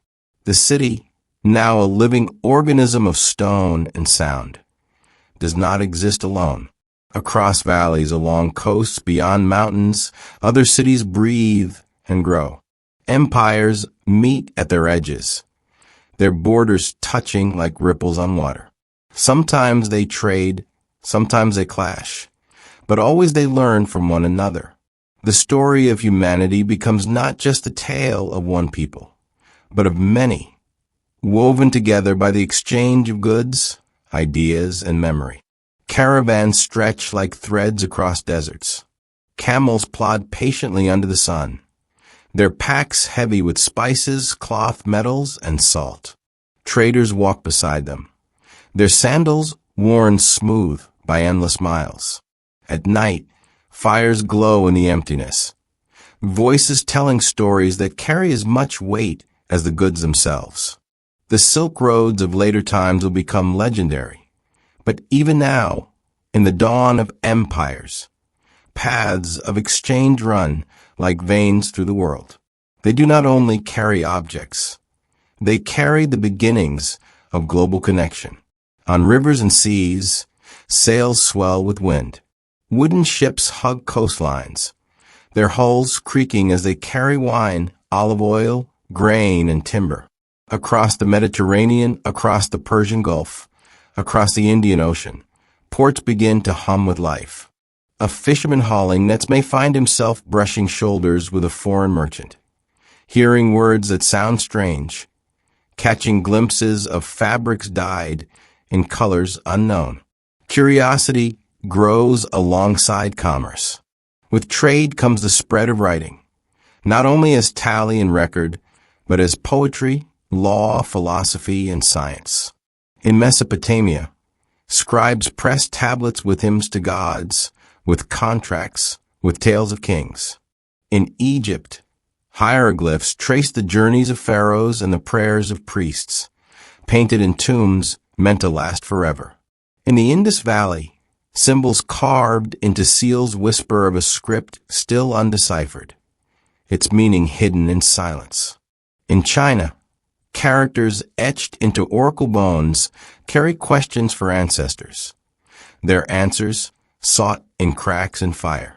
Each script, different in shape and form, shares the same purpose: to bind memory beyond the fragile breath of speech. Knowledge begins to gather in the hands of a few. Temples, once only places of worship, become centers of learning. Priests track the stars, noting their patterns, predicting floods and seasons. Calendars emerge, carved into stone, marking time with greater precision than oral memory ever allowed. Farmers learn to plant by them, kings to plan campaigns, priests to time festivals. The sky, always a teacher, now becomes a text read carefully, its lessons shaping life below. Philosophy stirs quietly. Amid palaces and temples, thinkers begin to ask not only how to survive, but why we live at all. Questions echo in marketplaces and courtyards. What is justice? What is the soul? What lies beyond death? These thoughts, simple at first, take root, growing into traditions that will one day become schools of wisdom. For now, they remain scattered sparks, carried in stories and debates, in the teachings of elders. Science, too, is born from necessity. The need to measure land for fields becomes geometry. The need to track stars for planting becomes astronomy. The need to mix herbs for healing becomes medicine. Each step, practical in origin, begins to stretch into something greater. A healer grinding plants may discover remedies that endure for generations. A builder measuring walls may stumble upon principles that shape architecture forever. Necessity remains the mother of invention, but curiosity becomes its child. Still, beneath the grand sweep of empire and knowledge, daily life endures with familiar rhythms. Farmers bend over fields, hands rough with labor. Potters spin wheels, shaping clay into vessels for markets. Weavers pass thread through looms, creating cloth of strength and beauty. Children learn by watching, by imitating, their laughter drifting between houses. Meals are cooked, bread broken, songs sung at dusk. Civilization may seem monumental, but it rests on the backs of these quiet moments, repeated endlessly by ordinary lives. Challenges grow sharper as connections widen. Disease, once confined to a village, now travels along trade routes, spreading farther, faster. Conflict between empires brings not only loss but also innovation, as weapons, strategies, and alliances evolve. Inequality hardens, palaces standing high above crowded streets, rich graves filled with gold, while poor graves hold only bone. Yet through it all, humanity adapts, finding humor in the small, joy in the ordinary. A child drawing stick figures in dust, a worker joking about the weight of stones, a family laughing over spilled stew. These are the sounds that soften the weight of empire. And always above it all, the stars remain. Priests chart them, kings consult them, poets sing of them.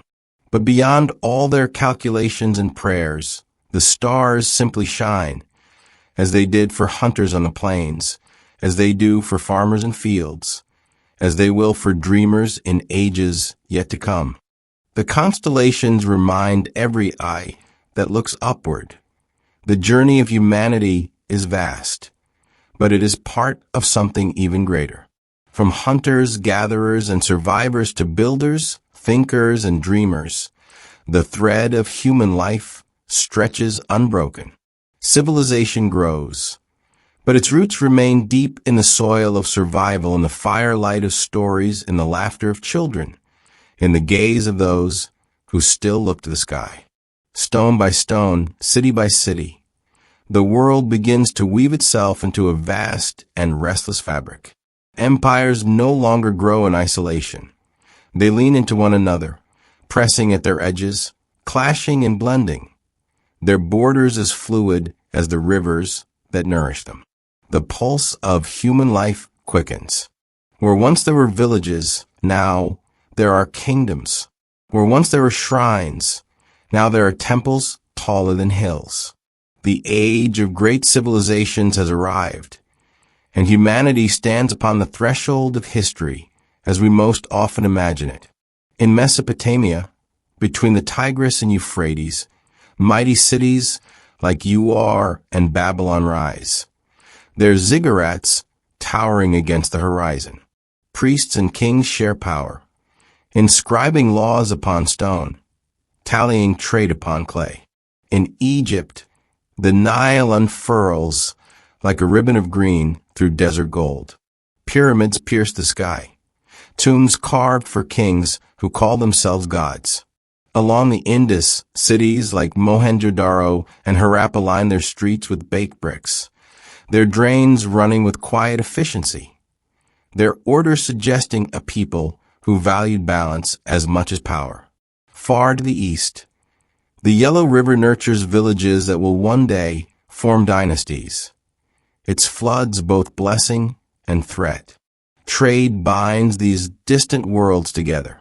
Tin and copper meet in smelters, birthing bronze, a metal stronger than stone, reshaping tools, weapons, and the balance of power. Obsidian blades, gold ornaments, lapis lazuli gems, all travel vast distances, changing hands in markets and caravans. A merchant in Mesopotamia may drink wine from a jar sealed with resin from Lebanon, sweetened with honey gathered in Anatolia. The world grows smaller, even as it remains immense.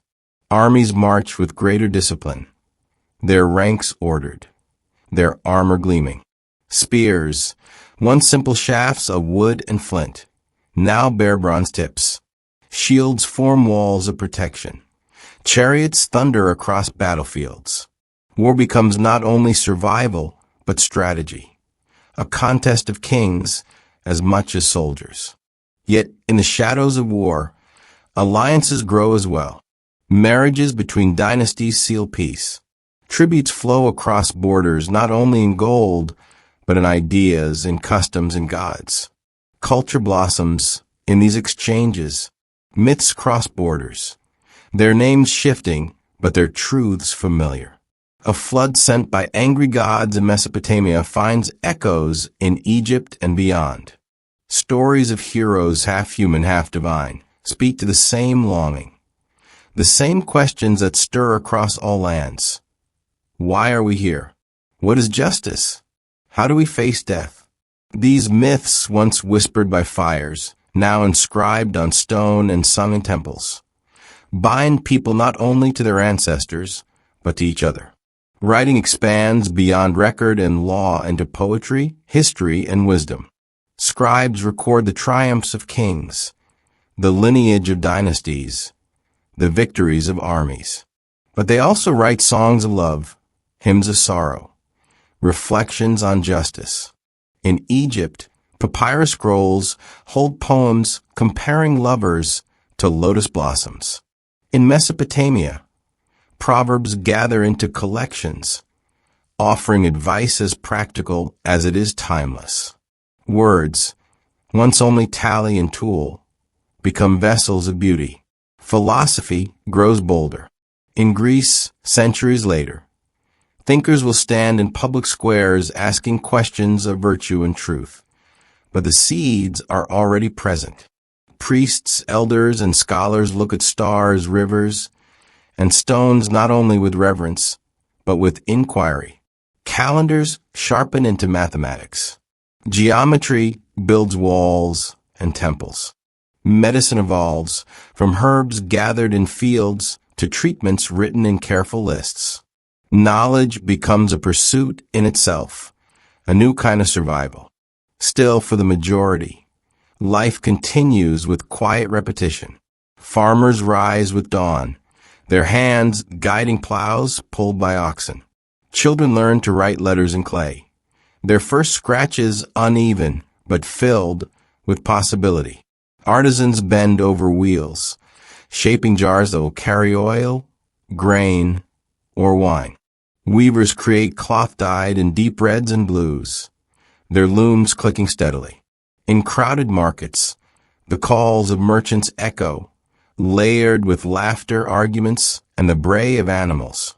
Empires may rise and fall, but the rhythm of daily life endures, as steady as a heartbeat. The challenges of scale weigh heavily. Drought may empty granaries, famine pressing into streets. Floods may drown fields, toppling walls. Disease flows more quickly through crowded alleys than through scattered camps. Inequality sharpens, palaces growing richer while workers strain under labor.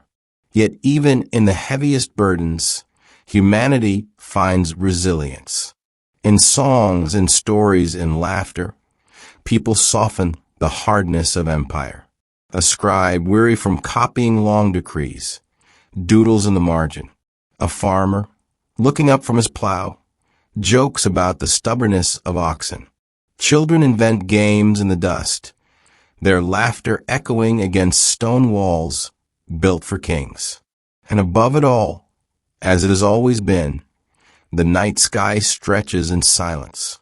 The constellations shine on empires just as they once shone on wandering hunters. Priests chart them, kings consult them, sailors trust them. But to a child lying on a rooftop staring upward, they are simply lights steady and eternal, reminders that beyond the monuments, the armies, the laws, there is something greater, older, and unchanging.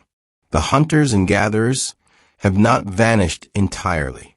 On the edges of empire and forests, deserts, and highlands, small groups still move with the seasons, living in rhythms older than cities. Their lives, though simple in the eyes of rulers, carry wisdom, the closeness of nature, the resilience of mobility, the freedom of fewer walls. Civilization may dominate, but the memory of the old ways endures, carried quietly by those who walk paths untouched by empire. Thus humanity moves forward, farmers and kings, scribes and soldiers, priests and wanderers, all threads in a fabric both fragile and enduring. The empires rise, their monuments gleaming, their armies marching, their scribes recording. Yet beneath it all, life remains the same flow. Breath, laughter, sorrow, wonder. Civilization reshapes the world, but it cannot erase the essence of being human. The centuries turn like pages, and new voices rise from stone streets and marble halls. Civilizations that began as clusters of villages now shape the rhythm of continents. In Greece, small city-states cling to rocky coasts and islands, their walls pressed against the sea. In Rome, a modest settlement along the Tiber River grows brick by brick into a power that will stretch across Europe and beyond.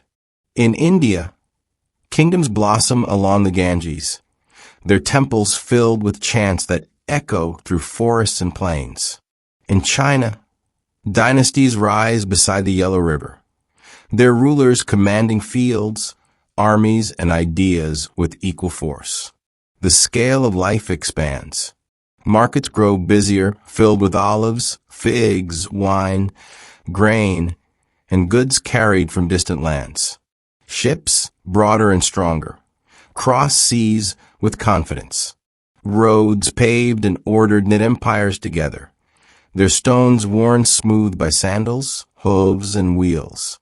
To walk these roads is to feel the hum of movement, of messages carried swiftly, of armies advancing, of merchants seeking fortune. In Greece, the agora becomes more than a marketplace. It is a space of voices, citizens debating laws, philosophers asking questions, poets reciting verses. Democracy stirs here, fragile and imperfect, yet remarkable in its daring. The idea that ordinary men could decide the fate of their city through speech and vote. At the same time, thinkers like Socrates, Plato, and Aristotle wander streets and courtyards, their words probing the nature of justice, virtue, and truth. Philosophy, once scattered in whispers, now gathers in schools of thought that will echo across millennia. Rome builds differently. Where Greece questions, Rome organizes. Its senators sit in chambers, carving laws into the backbone of empire. Its legions march in disciplined ranks, roads stretching outward in every direction. Aqueducts carry water into cities. Arches rise over forums. Amphitheaters host crowds roaring with spectacle. Roman law, Roman order, Roman engineering. The city grows into an empire by sheer force of structure. Yet in quiet villas, families share bread and oil. Children chase each other in gardens, laughter filling spaces untouched by grandeur. In India, voices rise in chants that weave through temples and forests. The Vedas, carried by memory for centuries, are inscribed into text, shaping ritual, philosophy, and belief. Buddhism emerges from the questions of Siddhartha Gautama, offering paths of balance and compassion. Ashoka, once a conqueror, becomes a patron of peace. His edicts carved into stone pillars scattered across the land, their words urging kindness, restraint, and reflection. The Ganges flows steadily, its waters carrying not only life, but a current of thought that spreads outward, touching land beyond. In China, dynasties rise and fall, yet continuity endures. The mandate of heaven, an idea that rulers hold power by divine favor, anchors governance. When order collapses, it is said heaven has withdrawn its blessing. Confucius speaks of harmony, duty, and respect, his teachings shaping not only families, but entire empires. Taoists, meanwhile, whisper balance with nature, of flowing like water, of simplicity over striving. These philosophies, though different, braid together into the culture, guiding generations through times of peace and turmoil alike. Art flourishes in these classical civilizations. Greek sculptors carve marble figures that seem to breathe, their muscles tense, their gazes alive. Roman mosaics depict feasts, battles, and myths in stones no larger than a fingernail. Indian temples bloom with carvings of gods and stories etched into every column. Chinese painters stretch silk with landscapes where mountains and rivers breathe with ink and brush. Each civilization leaves behind not only monuments of power, but works of beauty that speak across time. Science and learning grow as well. Greek mathematicians map geometry with clarity. Astronomers trace the heavens with care. In Alexandria, A great library gathers scrolls from across the known world, a treasury of human thought. Roman engineers design roads, aqueducts, and machines that stretch the limits of stone and iron.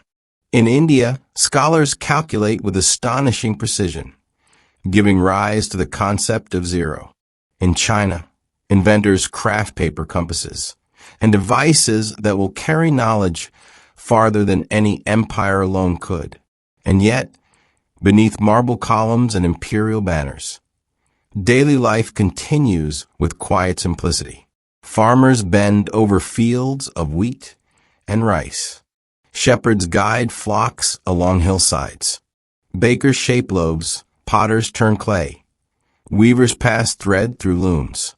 Children learn letters by scratching into wax tablets, or trace characters with brushes dipped in ink. Meals are shared, fires lit, songs sung at dusk. Civilization, for all its grandeur, rests on these same rhythms, the steady work of ordinary lives. Challenges, of course, remain constant. Wars erupt between city-states, between empires. Borders shift, sometimes within a lifetime. Famine, flood, and plague strike with little warning, reminding all that even the strongest walls cannot hold back nature. Inequality deepens. Palaces gleam with marble, while slums crowd beneath their shadows. Yet amid hardship, resilience endures. People adapt, rebuild, and carry forward the wisdom of survival. And in every civilization, laughter remains. A Roman playwright writes comedies, poking fun at pompous senators. Greek actors wear masks of humor, their plays filling amphitheaters with laughter. Indian storytellers recite fables of clever animals outwitting the proud. Chinese poets, even when writing of sorrow, slip wit into their verses. Humor, as constant as fire, warms the spirit and bridges the weight of history. Above it all, the stars still shine. Astronomers chart them. Philosophers ponder them. Sailors trust them. A child lying on a rooftop in Athens, a soldier resting by the Great Wall, a farmer near the Ganges. They all gaze upward, seeing the same constellations their ancestors traced in the darkness of the plains. Civilization has risen, but the night sky remains unchanged, eternal, reminding each generation of the vastness beyond their walls. From hunters and gatherers to philosophers and emperors, the thread of humanity stretches unbroken. The tools have changed, the walls have risen, the voices have grown louder, but the essence endures. To survive, to question, to create, to wonder beneath the stars. Stone roads stretch across continents, marble columns hold their weight against the sky, and empires hum with confidence. Yet no empire lasts forever. The great classical civilizations, for all their brilliance, are also fragile, bound by the same cycles of rise and fall that have shaped humanity since its earliest days. Their strength lies not only in conquest and monuments, but in what they leave behind, seeds carried forward into new ages. In Greece, the city-states thrive on debate, art, and philosophy, yet their rivalries burn fiercely. Athens and Sparta, so different in vision, clash in wars that drain both of strength. Though Greece will never again unite as one great empire under its own hand, its ideas, democracy, philosophy, theater, mathematics, scatter outward, carried by students, by travelers, by memory. When Alexander of Macedon marches across Asia, his armies carry not only swords but language and thought. Greek influence spreads into Egypt, Persia, and beyond, blending with local cultures to form a legacy that will echo long after its city-states crumble. Rome, in its turn, rises from republic to empire, stretching its borders across Europe, North Africa, and the Middle East. Legions march in disciplined ranks. Roads bind provinces together. Aqueducts carry water to distant cities. Roman law orders life. Roman architecture dominates skylines. Roman culture weaves itself into daily existence. Yet Rome, too, strains under its own weight. Invasions press from the frontiers, politics fracture within, plagues sap strength. For centuries it endures, but slowly, inevitably its power wanes. The Western Empire falls, its cities abandoned, its monuments broken. Yet its laws, languages, and roads remain, threads woven deep into the fabric of Europe. In India, kingdoms flourish along the Ganges and beyond. The Maurya Empire under Ashoka spreads both conquest and compassion, its edicts carved into stone pillars across the land. Later, the Gupta dynasty nurtures a golden age. Mathematics, astronomy, medicine, and art thrive. Decimal systems, surgical techniques, and great epics like the Mahabharata and Ramayana shape thought for generations. And though dynasties rise and fall, the philosophies of Hinduism, Buddhism, and Jainism endure, their voices spreading not only across India, but into Central Asia, Southeast Asia, and East Asia. The land changes rulers, but its ideas ripple outward, steady and enduring. In China, dynasties hold the mandate of heaven, each rising with promise and falling with corruption or misfortune. The Han dynasty builds on the foundations of the Qin, stretching walls across the north, sending caravans west along the Silk Road, linking China with distant empires. Confucian ideals shape governance, while Taoist and Buddhist thought offer balance and reflection. Paper invented in this age carries words farther than stone or silk alone could. Dynasties collapse, but each leaves behind tools, philosophies, and inventions that future generations inherit and refine. Trade continues to bind these worlds together. The Silk Road carries not only silk, spices, and gems, but also stories, technologies, and diseases. A Roman wearing silk may never know it was woven in China. A Chinese scholar reading new ideas may not know they traveled through India or Persia before reaching him. The world grows smaller, its connections stronger, its fates more intertwined. Art and literature remain as testaments to these ages.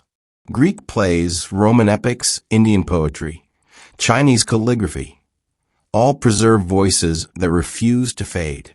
A sculpted figure, a painted scroll, carved pillar. Each speaks across millennia, reminding us that even as empires fall, beauty endures. Science too leaves its mark. Observations of stars, principles of geometry, systems of medicine. All survive collapse, pass through hands that treasure knowledge even in times of ruin. Yet decline comes with shadows. Cities once filled with marble crumble into ruins, their streets overgrown. Roads crack, aqueducts fall silent. Armies scatter, libraries burn, temples are abandoned. Plagues sweep through populations. Wars drain treasuries. Hunger tightens its grip. The grandeur of empire shrinks back into simpler forms of survival. And yet, even in decline, life goes on. Farmers still plant grain. Children still play in courtyards. Families still gather around fires. Civilization shifts shape, but humanity continues its rhythm. Humor remains soft and stubborn. A Roman satirist, watching the follies of his time, writes biting lines that still raise smiles centuries later. An Indian storyteller recites fables where cunning rabbits outwit lions, teaching lessons with laughter. A Chinese poet, weary from bureaucracy, composes verses about the stubbornness of donkeys, slipping wit into the fabric of wisdom. Even as empires collapse, laughter endures as proof that humanity refuses to be crushed by the weight of its own history. Above it all, the stars remain, as they always have. The same constellations that guided hunters now shine above ruined temples and abandoned amphitheaters. They are watched by shepherds on hillsides, by traders on quiet roads, by children who have never known empire but still feel wonder. The sky reminds humanity of continuity, of cycles, of the truth that even as civilizations rise and fall, life persists. From hunters and gatherers to farmers and builders, from kings and philosophers to poets and soldiers, humanity has carried its essence unchanged. Resilience, curiosity, the search for meaning, and the joy of simple moments. Empires may fade, but the thread of human life endures, stretching unbroken from the plains of prehistory to the cities of today. The great marble columns crack, the proud roads splinter, and the banners of empires sink into the dust. Yet humanity does not vanish with the fall of Rome, or with the fading of dynasties, or with the quiet retreat of kingdoms. Life, as it always has, adapts. Where once there were cities stretching wide and armies marching in rank, there are now smaller worlds, quieter rhythms, villages bound closely to land and faith. The medieval age begins not in sudden birth, but in the slow settling of history's dust. Fields become the heart of survival once again. Farmers rise with dawn to guide plows pulled by oxen, their lives measured by seasons more than by kings. The hum of empire fades into the rustle of wheat, the bleat of goats, the clatter of hand mills grinding grain. In Europe, the ruins of Rome stand as silent reminders, their stones repurposed into cottages and churches. Castles rise where legions once marched, their thick walls a shield against raids and uncertainty. Religion grows into the center of life. In Europe, Christianity spreads across kingdoms, its churches standing as landmarks in every village, its bells marking the passage of hours. In the Middle East and North Africa, Islam rises, carried by the words of the Quran, binding communities with prayer, law, and scholarship. Across Asia, Buddhism travels along roads and rivers, blending with local traditions, its temples filled with chanting monks. Faith, once a thread among many, now becomes the loom on which society weaves itself. Monasteries, mosques, temples, and shrines take the place of libraries and forums. Within their walls, knowledge is preserved, copied by hand, memorized in chant, guarded against loss.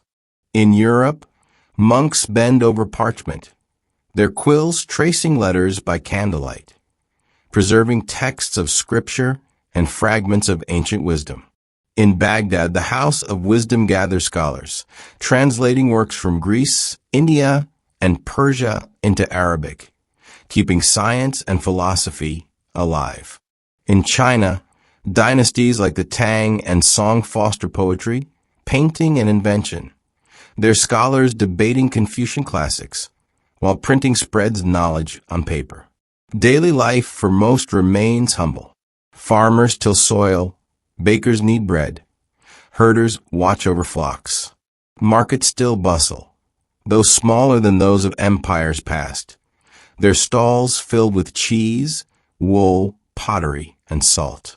Children play in narrow lanes, chasing hoops and tossing stones, their laughter bright against the weight of history. Even as grand empires fracture, the simple rhythms of work, play, and family persist, as steady as breath. Yet new forms of order emerge. Feudal systems bind lords to vassals, peasants to land, knights to duty. Power fragments but endures, rooted in castles and fortified towns.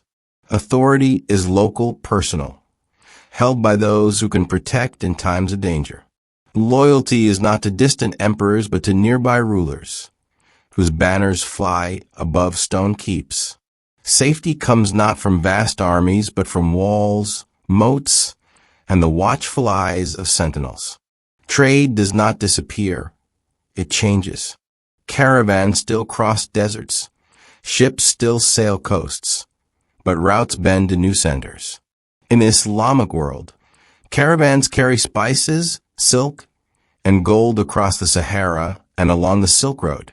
In Europe, merchants form guilds, towns rise at crossroads, and fairs draw traders from distant lands.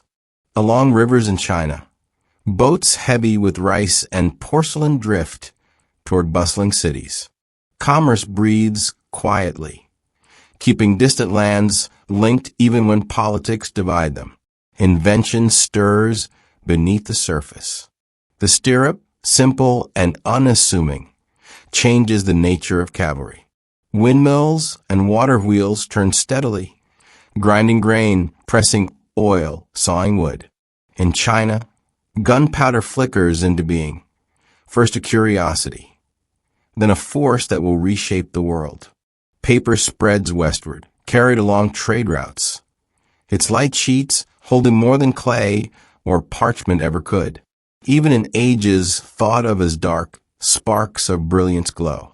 Challenges, as always, press close. Famine grips when harvests fail. Disease moves swiftly in crowded villages, most terribly with the Black Death, which sweeps through Europe and beyond in the 14th century, leaving fields untended and towns emptied. Wars rage, crusade, conquests, invasions, sometimes in the name of faith, sometimes for land, often for both.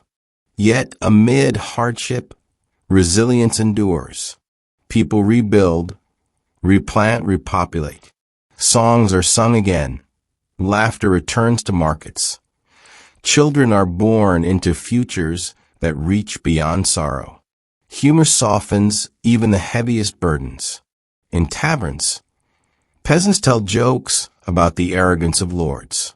Storytellers weave tales of tricksters, foxes, hares, or clever peasants, outwitting the proud and the powerful. Minstrels sing songs that provoke smiles as much as reflection. Even monks, bent over manuscripts, sometimes slip doodles into the margins, tiny faces, animals, playful sketches, hidden alongside sacred texts. Laughter, stubborn and quiet, continues to echo beneath stone arches and thatched roofs alike. And above it all, the stars shine unchanged. A shepherd guiding sheep beneath a medieval sky looks at the same constellations once traced by hunters on ancient plains. A sailor steering by Polaris across dark seas follows the same light known to his ancestors. Priests chart eclipses, astrologers map horoscopes, poets write verses about the moon. The heavens remain steady, their silence a reminder of continuity as history shifts below. From hunters and gatherers to peasants and lords, from wandering camps to fortified villages, the essence endures. Survival, belief, community, resilience. Civilizations rise, empires fall, faiths spread, inventions spark, but humanity continues, breathing, working, laughing, dreaming under the same unbroken sky. The medieval world, steady in its rhythm of fields, faith, and fortresses, slowly begins to shift. Centuries turn, and small sparks of change glow brighter. The stillness of villages gives way to the hum of towns, then cities. Trade routes stretch wider, ships grow sturdier, and curiosity pushes humanity outward once again. The world, once fragmented, begins to weave itself back together. The markets swell with goods from distant lands. In Europe, fairs fill with cloth from Flanders, spices from the East, glassware from Venice. In Asia, the Silk Road still carries silk, porcelain, and paper, while caravans cross deserts with salt, ivory, and gold. Along the coasts, new ports thrive, their harbors crowded with ships, their warehouses stacked high. A fisherman who once knew only local waters now hears tales of distant seas, of lands beyond imagination. The quiet medieval village begins to lean outward, toward horizons unseen. Knowledge stirs from its long slumber. Ancient texts, preserved in monasteries and translated in Islamic centers of learning, return to circulation. The works of Aristotle, Ptolemy, Galen, old voices, are read again, debated, questioned. Universities form, their halls filled with students scribbling notes by candlelight, their masters lecturing on philosophy, medicine, and law. The scholastic world is rigorous, sometimes rigid, but its debates plant seeds of curiosity that will one day break through stone walls of tradition. Invention begins to move more quickly. In China, compasses guide sailors more accurately across seas. In Europe, windmills spread across fields, their wooden arms turning steadily. Eyeglasses appear, giving sight back to those whose vision fades with age. And then in the 15th century, Gutenberg's press prints words not by hand, but by machine. The page multiplies. Knowledge spreads faster than ever before. Books, once rare, become accessible, and ideas begin to leap across boundaries. Religion still anchors life, but it too begins to shift. Cathedrals rise in Europe, their spires stretching toward the sky, stained glass windows glowing like jewels in sunlight. Mosques bloom with domes and minarets, their call to prayer echoing across cities. Temples flourish in Asia, their carvings and chants carrying traditions forward. Yet new voices begin to question, to reform, to seek faith in different forms. The Reformation in Europe, the spread of Islam into Southeast Asia, the blending of Buddhism with local traditions, all reshape the spiritual landscape. Exploration, once limited, now surges outward. Ships set sail from Portugal and Spain, their sails filled with the winds of ambition. Navigators like Columbus da Gama and Magellan cross oceans unknown, their voyages binding continents into one shared world. Spices, gold, silver, and new crops flow in every direction. Alongside goods come diseases, conflicts, and upheaval. The world grows larger and yet more connected, its fates tied together more tightly than ever before. Daily life, for most, remains steady. Farmers still rise with dawn, their hands still in soil. Weavers still pass thread through looms. Bakers still knead dough. Children still play in courtyards, chasing each other under the same sun. Yet even in these simple rhythms, change seeps in. A farmer hears news from distant lands at the market.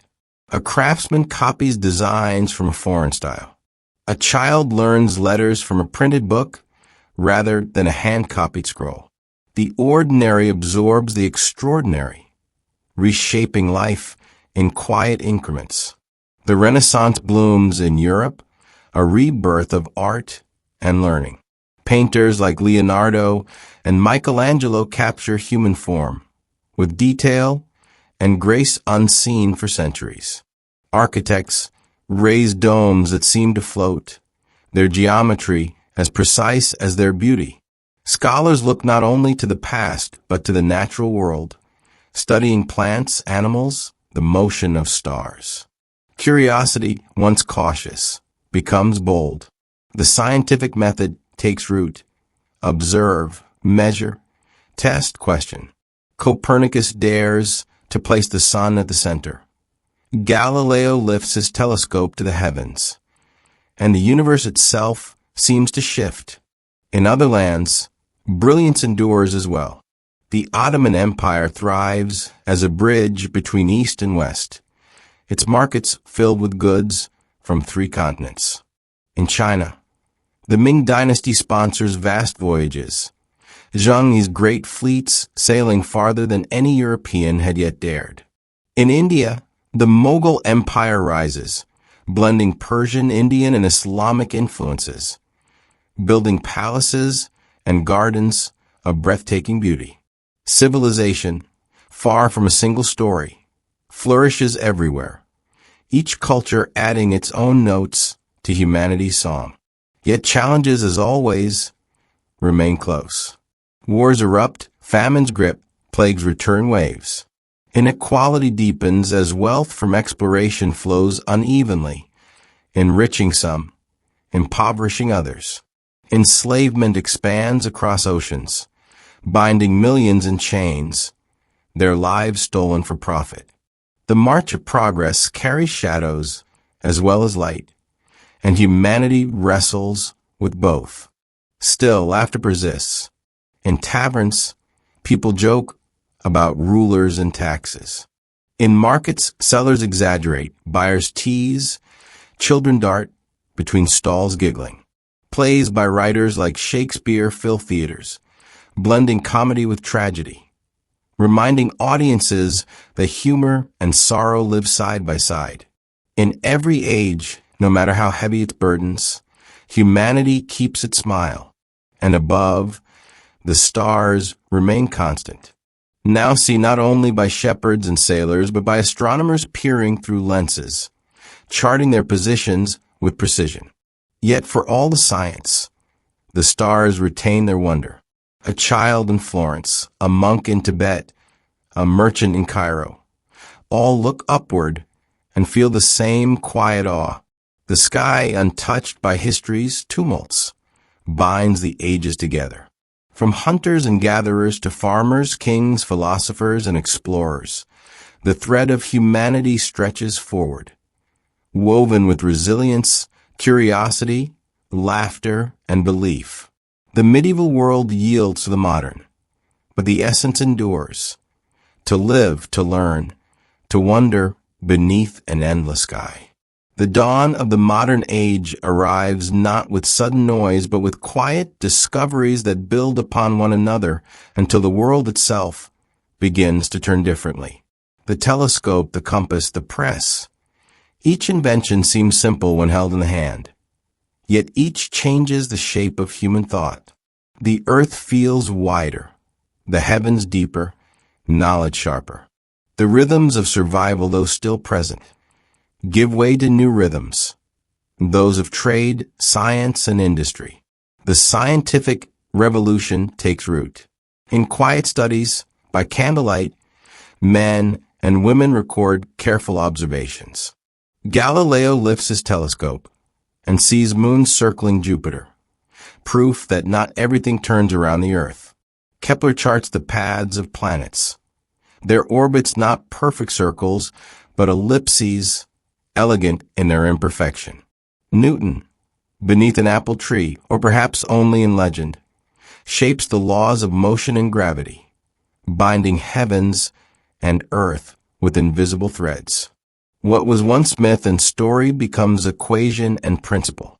The universe, though no less wondrous, begins to be explained in new ways. The Enlightenment follows, a tide of thought spreading through salons, pamphlets, and gatherings. Philosophers like Locke, Voltaire, Rousseau, and Kant speak of liberty, reason, rights, and duties. They question kings, challenge traditions, and imagine societies shaped not by divine decree, but by human agreement. Word multiplied by the press travel faster than armies. Ideas, intangible yet powerful, stir revolutions. America declares independence. France overthrows monarchy. Across continents, the old order trembles before the weight of thought. Meanwhile, the hum of commerce grows louder. Ships cross oceans with greater speed and confidence. Triangular trade connects Europe, Africa, and the Americas in a grim cycle. Goods, enslaved people, and raw materials exchanged in brutal rhythm. Sugar, tobacco, cotton, commodities of great profit, are built upon the suffering of millions. The modern world rises, but not without shadows. Yet even in the darkest corners, resistance grows, voices rising against oppression, demanding freedom, dignity, and change. The Industrial Revolution transforms everything. Fields give way to factories, smokestacks puncture skylines, and steam engines breathe new life into travel and labor. Coal fires the forges, trains thunder across landscapes, Spinning machines turn wool and cotton into cloth at a pace unimaginable to hand weavers. The world grows louder, faster, denser. Cities swell, crowded with workers whose lives are measured by the toll of factory bells rather than the rising of the sun. The hum of machines becomes the new heartbeat of civilization. Daily life, once tied to the soil, shifts toward streets and workshops. Families crowd into narrow alleys. Children work beside parents, hands stained with soot and grease. Markets still bustle. But now goods are made in factories, their numbers counted in thousands rather than handfuls. Bread still bakes, fires still warm homes. But life feels different, more hurried, more pressed by the weight of time. Yet even amid the smoke and clatter, laughter persists. In taverns where workers gather, in music halls filled with song, in the games of children weaving through crowded lanes. Science and technology accelerate. Electricity flickers into being, first as a curiosity, then as a revolution. Telegraph wires carry messages across continents in moments.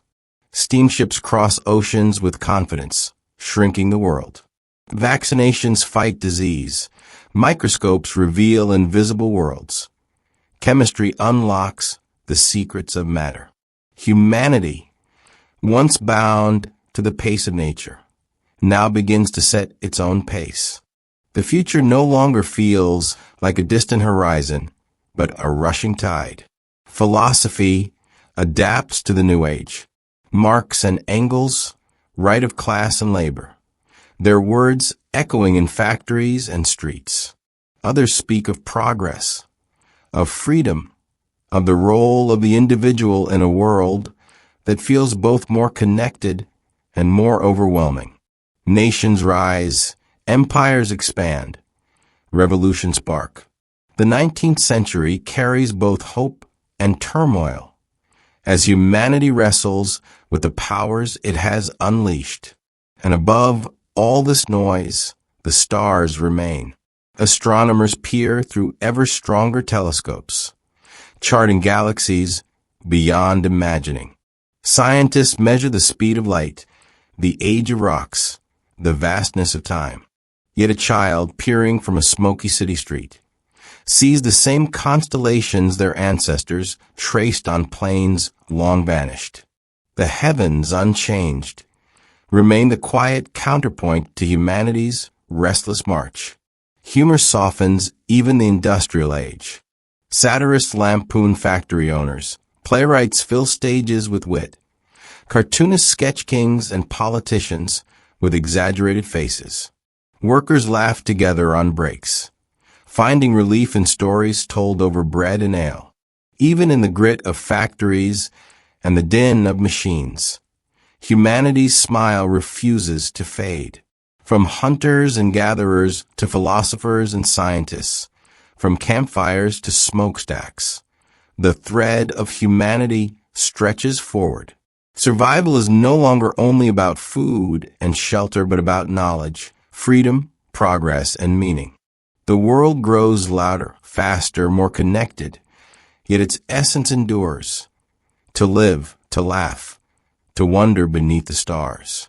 The 20th century arrives with a rush, a century louder and faster than any before it. Cities swell with steel and glass, their skylines bristling with towers that scrape the clouds. Trains whistle through valleys, ships cross oceans in days rather than weeks, and telegraphs tap out messages that travel faster than voices can shout. Humanity stands at the edge of promise and of peril. The century begins with optimism. Automobiles rumble along cobbled streets, their engines startling horses. Airplanes, fragile at first, rise into the sky, carrying humanity where only birds once flew. Electricity spreads through homes, lighting lamps at the flip of a switch, powering radios that fill living rooms with distant voices. Science races forward, Einstein bends the very shape of space and time with his equations. Marie Curie reveals the power hidden in atoms, and doctors begin to fight diseases with new medicines. The old rhythms of survival seem far away, replaced by the hum of invention. Yet shadows grow long. The First World War erupts in 1914, turning fields into trenches, men into soldiers, and hope into silence.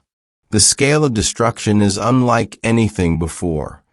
Machine guns rattle, tanks crawl across mud, airplanes drop bombs from the sky. Millions perish, and the world learns that technology, which can heal, can also destroy. After the war, the world stumbles through recovery, only to face economic collapse, hunger, and despair. The Great Depression grips nations, reminding all that progress does not always mean security. Out of hardship, new voices rise. Artists paint in fractured shapes. Poets write of disillusion. Musicians create jazz that swings with both sorrow and joy. Humor persists too. Comedians step onto stages and screens. Their jokes are relief from the weight of worry. Laughter, once whispered by campfires, now spreads through cinemas, radios, and theaters, carrying lightness into even the darkest corners. The Second World War shakes the century again. Armies march across continents. Battles rage on land, sea, and air. Cities burn, populations flee, and horrors unfold that scar memory itself. The Holocaust reveals the depth of cruelty humans can inflict, a reminder that civilization's veneer can crack. Yet, amid the destruction, resilience shines. Families cling to each other. Resistance fighters strike from shadows, and hope smolders even in despair. By 1945, when the war ends, the world has been remade in fire. Nuclear weapons, born from science's most brilliant and most terrifying discoveries, cast a long shadow. In seconds, they flatten cities, making humanity question its own survival. The Cold War begins, a tension between East and West, democracy and communism, progress and fear. Missiles stand ready, and yet the world endures. Decades balanced on a knife's edge. Children practice hiding under desks. Adults listen for news of crises. But life continues. Fields are still planted, songs still sung, jokes still told. Even in the shadow of annihilation, humanity finds ways to live. At the same time, the century is one of astonishing achievements. The civil rights movement in America challenges centuries of injustice. Nations gain independence from colonial rule. Voices long silenced demand to be heard. Women fight for the right to vote, to work, to shape the future. Struggles unfold across continents, but each carries the same spark: the belief that humanity can be more than it has been. Science and technology leap forward. In 1969, a human footprint marks the dust of the moon, a quiet echo of the first footprints left on African plains. Medicine conquers diseases, polio nearly erased, antibiotics saving countless lives. Computers, once the size of rooms, shrink steadily, humming with potential. The world grows smaller as jet planes cross oceans in hours and satellites circle the Earth, sending signals that bind continents into one shared conversation. Daily life transforms. Families gather around televisions, watching news and stories unfold in real time. Cities glow at night, their streets buzzing with cars, neon signs, and voices. Markets brim with goods from across the globe. Bananas from one hemisphere, radios from another, jeans and records carried everywhere. Yet even in this whirlwind, the small rhythms remain. Children play in streets, elders share stories, meals are cooked and shared. Laughter echoes in homes. Progress reshapes the world, but the core of life endures. The century closes with another transformation, the rise of digital technology. Computers hum on desks, linked by invisible networks. The internet, at first a tool of scholars and governments, spreads into homes, carrying words, images, and voices across the planet in moments. Humanity, scattered by geography, begins to feel connected in new ways. The global village, once only an idea, becomes a daily reality. And yet, above it all, the stars remain. Astronauts circle the Earth. Satellites measure their distances. Telescopes peer deeper than ever before. But the constellations are unchanged. A child lying in a field in 1999, staring at Orion's belt, sees the same stars that guided hunters, kings, and sailors. Civilization has changed beyond recognition, but the sky is still the same, steady, eternal, unbending. From hunters and gatherers to workers in factories, from philosophers to astronauts, the thread of humanity stretches across the 20th century, marked by war, wonder, sorrow, and laughter. It is a century of extremes, but also of endurance. Through it all, humanity continues, resilient, curious, alive beneath an unchanging sky. The 21st century unfolds beneath the same sky, yet the world beneath it feels faster, louder, more tightly bound than ever before. The hum of machines becomes the pulse of daily life. Computers glowing on desks, phones glowing in hands, satellites tracing invisible webs above the earth. Humanity, once scattered in small bands, is now woven into a single global fabric, its threads crossing oceans in the space of a heartbeat. Cities rise taller, their glass towers gleaming against the horizon, their streets alive with endless motion. Billions live within their walls, their lives layered in light and sound. Cars stream through highways, trains glide across landscapes. Planes cut through skies in arcs of steel and jet.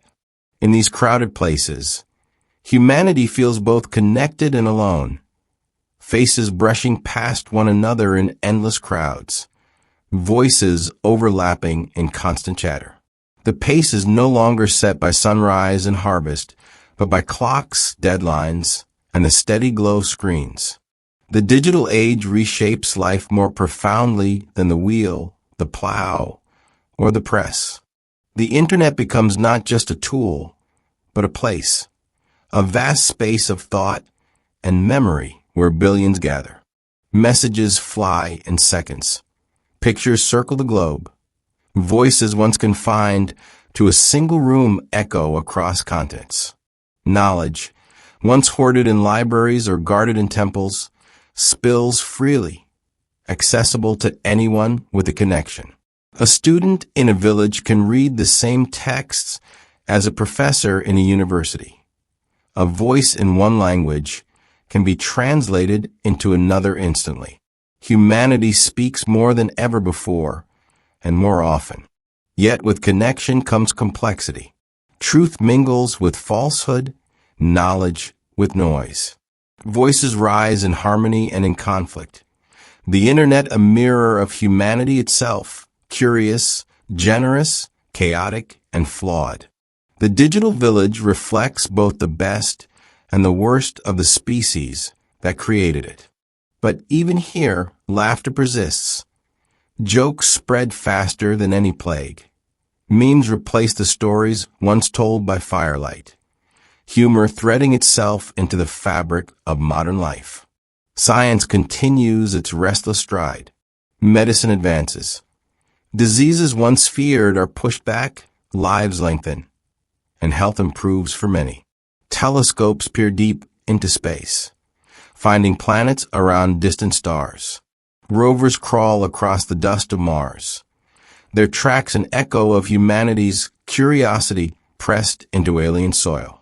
Genetics unravels the code of life, revealing the shared heritage of all humans, the echoes of those ancient hunters and gatherers still written in DNA. Yet challenges grow sharper. The climate warms, seas rise, storms intensify. Forests fall to axes, species vanish into silence. Ice melts from mountains and poles. Humanity, so skilled at shaping the world, learns that the world responds in kind. Questions rise: how to live within limits, how to preserve what remains, how to survive not just through adaptation, but through restraint. The balance, once carried instinctively by hunter-gatherers, must be remembered, relearned, applied on a planetary scale. Globalization blurs borders. Goods flow from one side of the earth to another in days. A shirt stitched in one country is sold in another, worn in a third. Food from distant lands fills markets everywhere. Music, film, and stories cross languages and cultures, creating shared experiences across divides.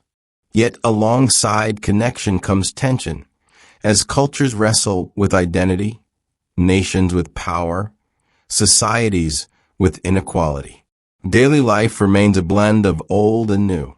Farmers still rise with dawn, though now they may use machines guided by satellites. Children still chase each other in streets, though now their games may also unfold on glowing screens. Families still gather for meals, though sometimes the conversation is split between voices in the room and voices carried by devices in hand. The rhythm has changed, but the essence, work, play, love, laughter, remain steady. The 21st century is also a century of voices rising. Movements for equality, for justice, for the planet itself, echo across cities and digital networks. Protests fill streets, hashtags circle the globe. Voices demand to be heard. The same resilience that once carried small bands across ice and desert now fuels millions standing together for change. The forms differ, but the spirit is familiar. Humanity adapting, striving, refusing silence. And still, above all the noise, the stars remain. Satellites orbit among them now. Telescopes gaze further than ever. Astronauts float in stations high above the earth. Yet the constellations are unchanged. A child lying in a field, phone set aside, sees Orion just as their ancestors did tens of thousands of years ago. The night sky, vast and steady, remains the quiet backdrop to all of humanity's restless motion. From hunters and gatherers to digital citizens, from stone tools to smartphones, from firelit caves to towers of glass and steel, the thread of humanity stretches unbroken. It carries survival, curiosity, laughter, belief, and wonder across every age. Civilizations rise and fall. Inventions reshape life. Challenges shift. Yet the essence endures. To live, to seek meaning, and to dream beneath an endless, patient sky. The story of hunters, gatherers, and survivors does not end in the past, nor even in the present. It stretches forward into futures still unwritten, carried by every heartbeat, every breath, every choice. Humanity stands now in a place both familiar and new, still dependent on the earth for water, food, and air, yet armed with tools that reach beyond stone, beyond bronze, beyond steam and silicon. The same instincts that once guided hands carving flint now guide hands typing code, piloting drones, or designing medicines that can rewrite the body's own instructions. The memory of those early days is not gone. It lingers in the body, in the way hunger feels, in the way fire warms, in the way eyes turn toward the stars at night. It lingers in customs and songs passed down, in rituals that honor ancestors, in the taste of bread, the rhythm of dance, the sound of laughter. Even the technologies of today carry echoes of the past. A skyscraper is still a shelter. A smartphone still a tool for sharing stories. A city still a gathering place where survival depends on cooperation. Civilization is nothing more than an extension of the first circle of stones set around a fire. The future will bring new challenges. Climate change will test humanity's ability to adapt not just as individuals but as a species. Advances in artificial intelligence and biotechnology and space exploration will reshape the boundaries of what it means to be human. Questions will rise, some practical, some profound. How to feed billions without exhausting the earth. How to live in balance with machines that can think. How to carry life beyond the planet of its birth. Yet each of these questions carries the same thread as those faced by early humans. How to survive, how to thrive, how to carry forward. Perhaps in the far future, humans will walk on other worlds. They may stand beneath skies with unfamiliar constellations, on soil that never knew the weight of a mammoth or the print of bare feet. They may carry seeds from earth, water recycled endlessly, stories stored in glowing archives. Yet even there in alien landscapes, the same rhythms will persist. The sharing of food, the raising of children, the telling of stories at the close of day. Civilization, no matter how far it travels, is still human at its core, still a collection of hunters, gatherers, survivors. There is humor in this continuity. The first hunters chased wild game across open plains. Today's hunters chase bargains across supermarket aisles. The first gatherers collected berries and roots. Today's gatherers collect passwords, recipes, and streaming subscriptions. The tools have changed, the stakes perhaps less immediately fatal, but the essence remains. Humanity adapts, but it never stops being itself. And so the story circles back to the beginning. Imagine the hush of an ancient night, when the only sounds of the wind, the rustle of leaves, and the distant cry of animals. A small band huddles around firelight, warmth pushing back against the cold.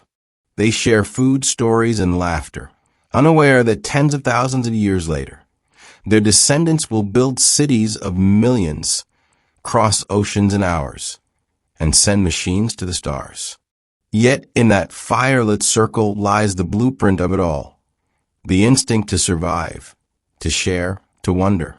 Today, we carry that circle inside us. In classrooms and living rooms and digital forums and gatherings small and large, we repeat the same ancient act, coming together, exchanging words, seeking meaning. We are still hunters of knowledge, gatherers of memory, survivors of time. The night sky, steady and eternal, bears witness. It has watched humans stumble from caves, build pyramids, sail oceans, harness steam, split atoms, and reach for the stars. It will watch still as humanity faces what is to come. For no matter how much changes, the thread endures. Resilient, fragile, unbroken. Hunters, gatherers, survivors. Life before civilization is not gone. It lives within civilization, shaping every choice, every invention, every dream. It is the beginning that never truly ended. And beneath the stars, the story continues.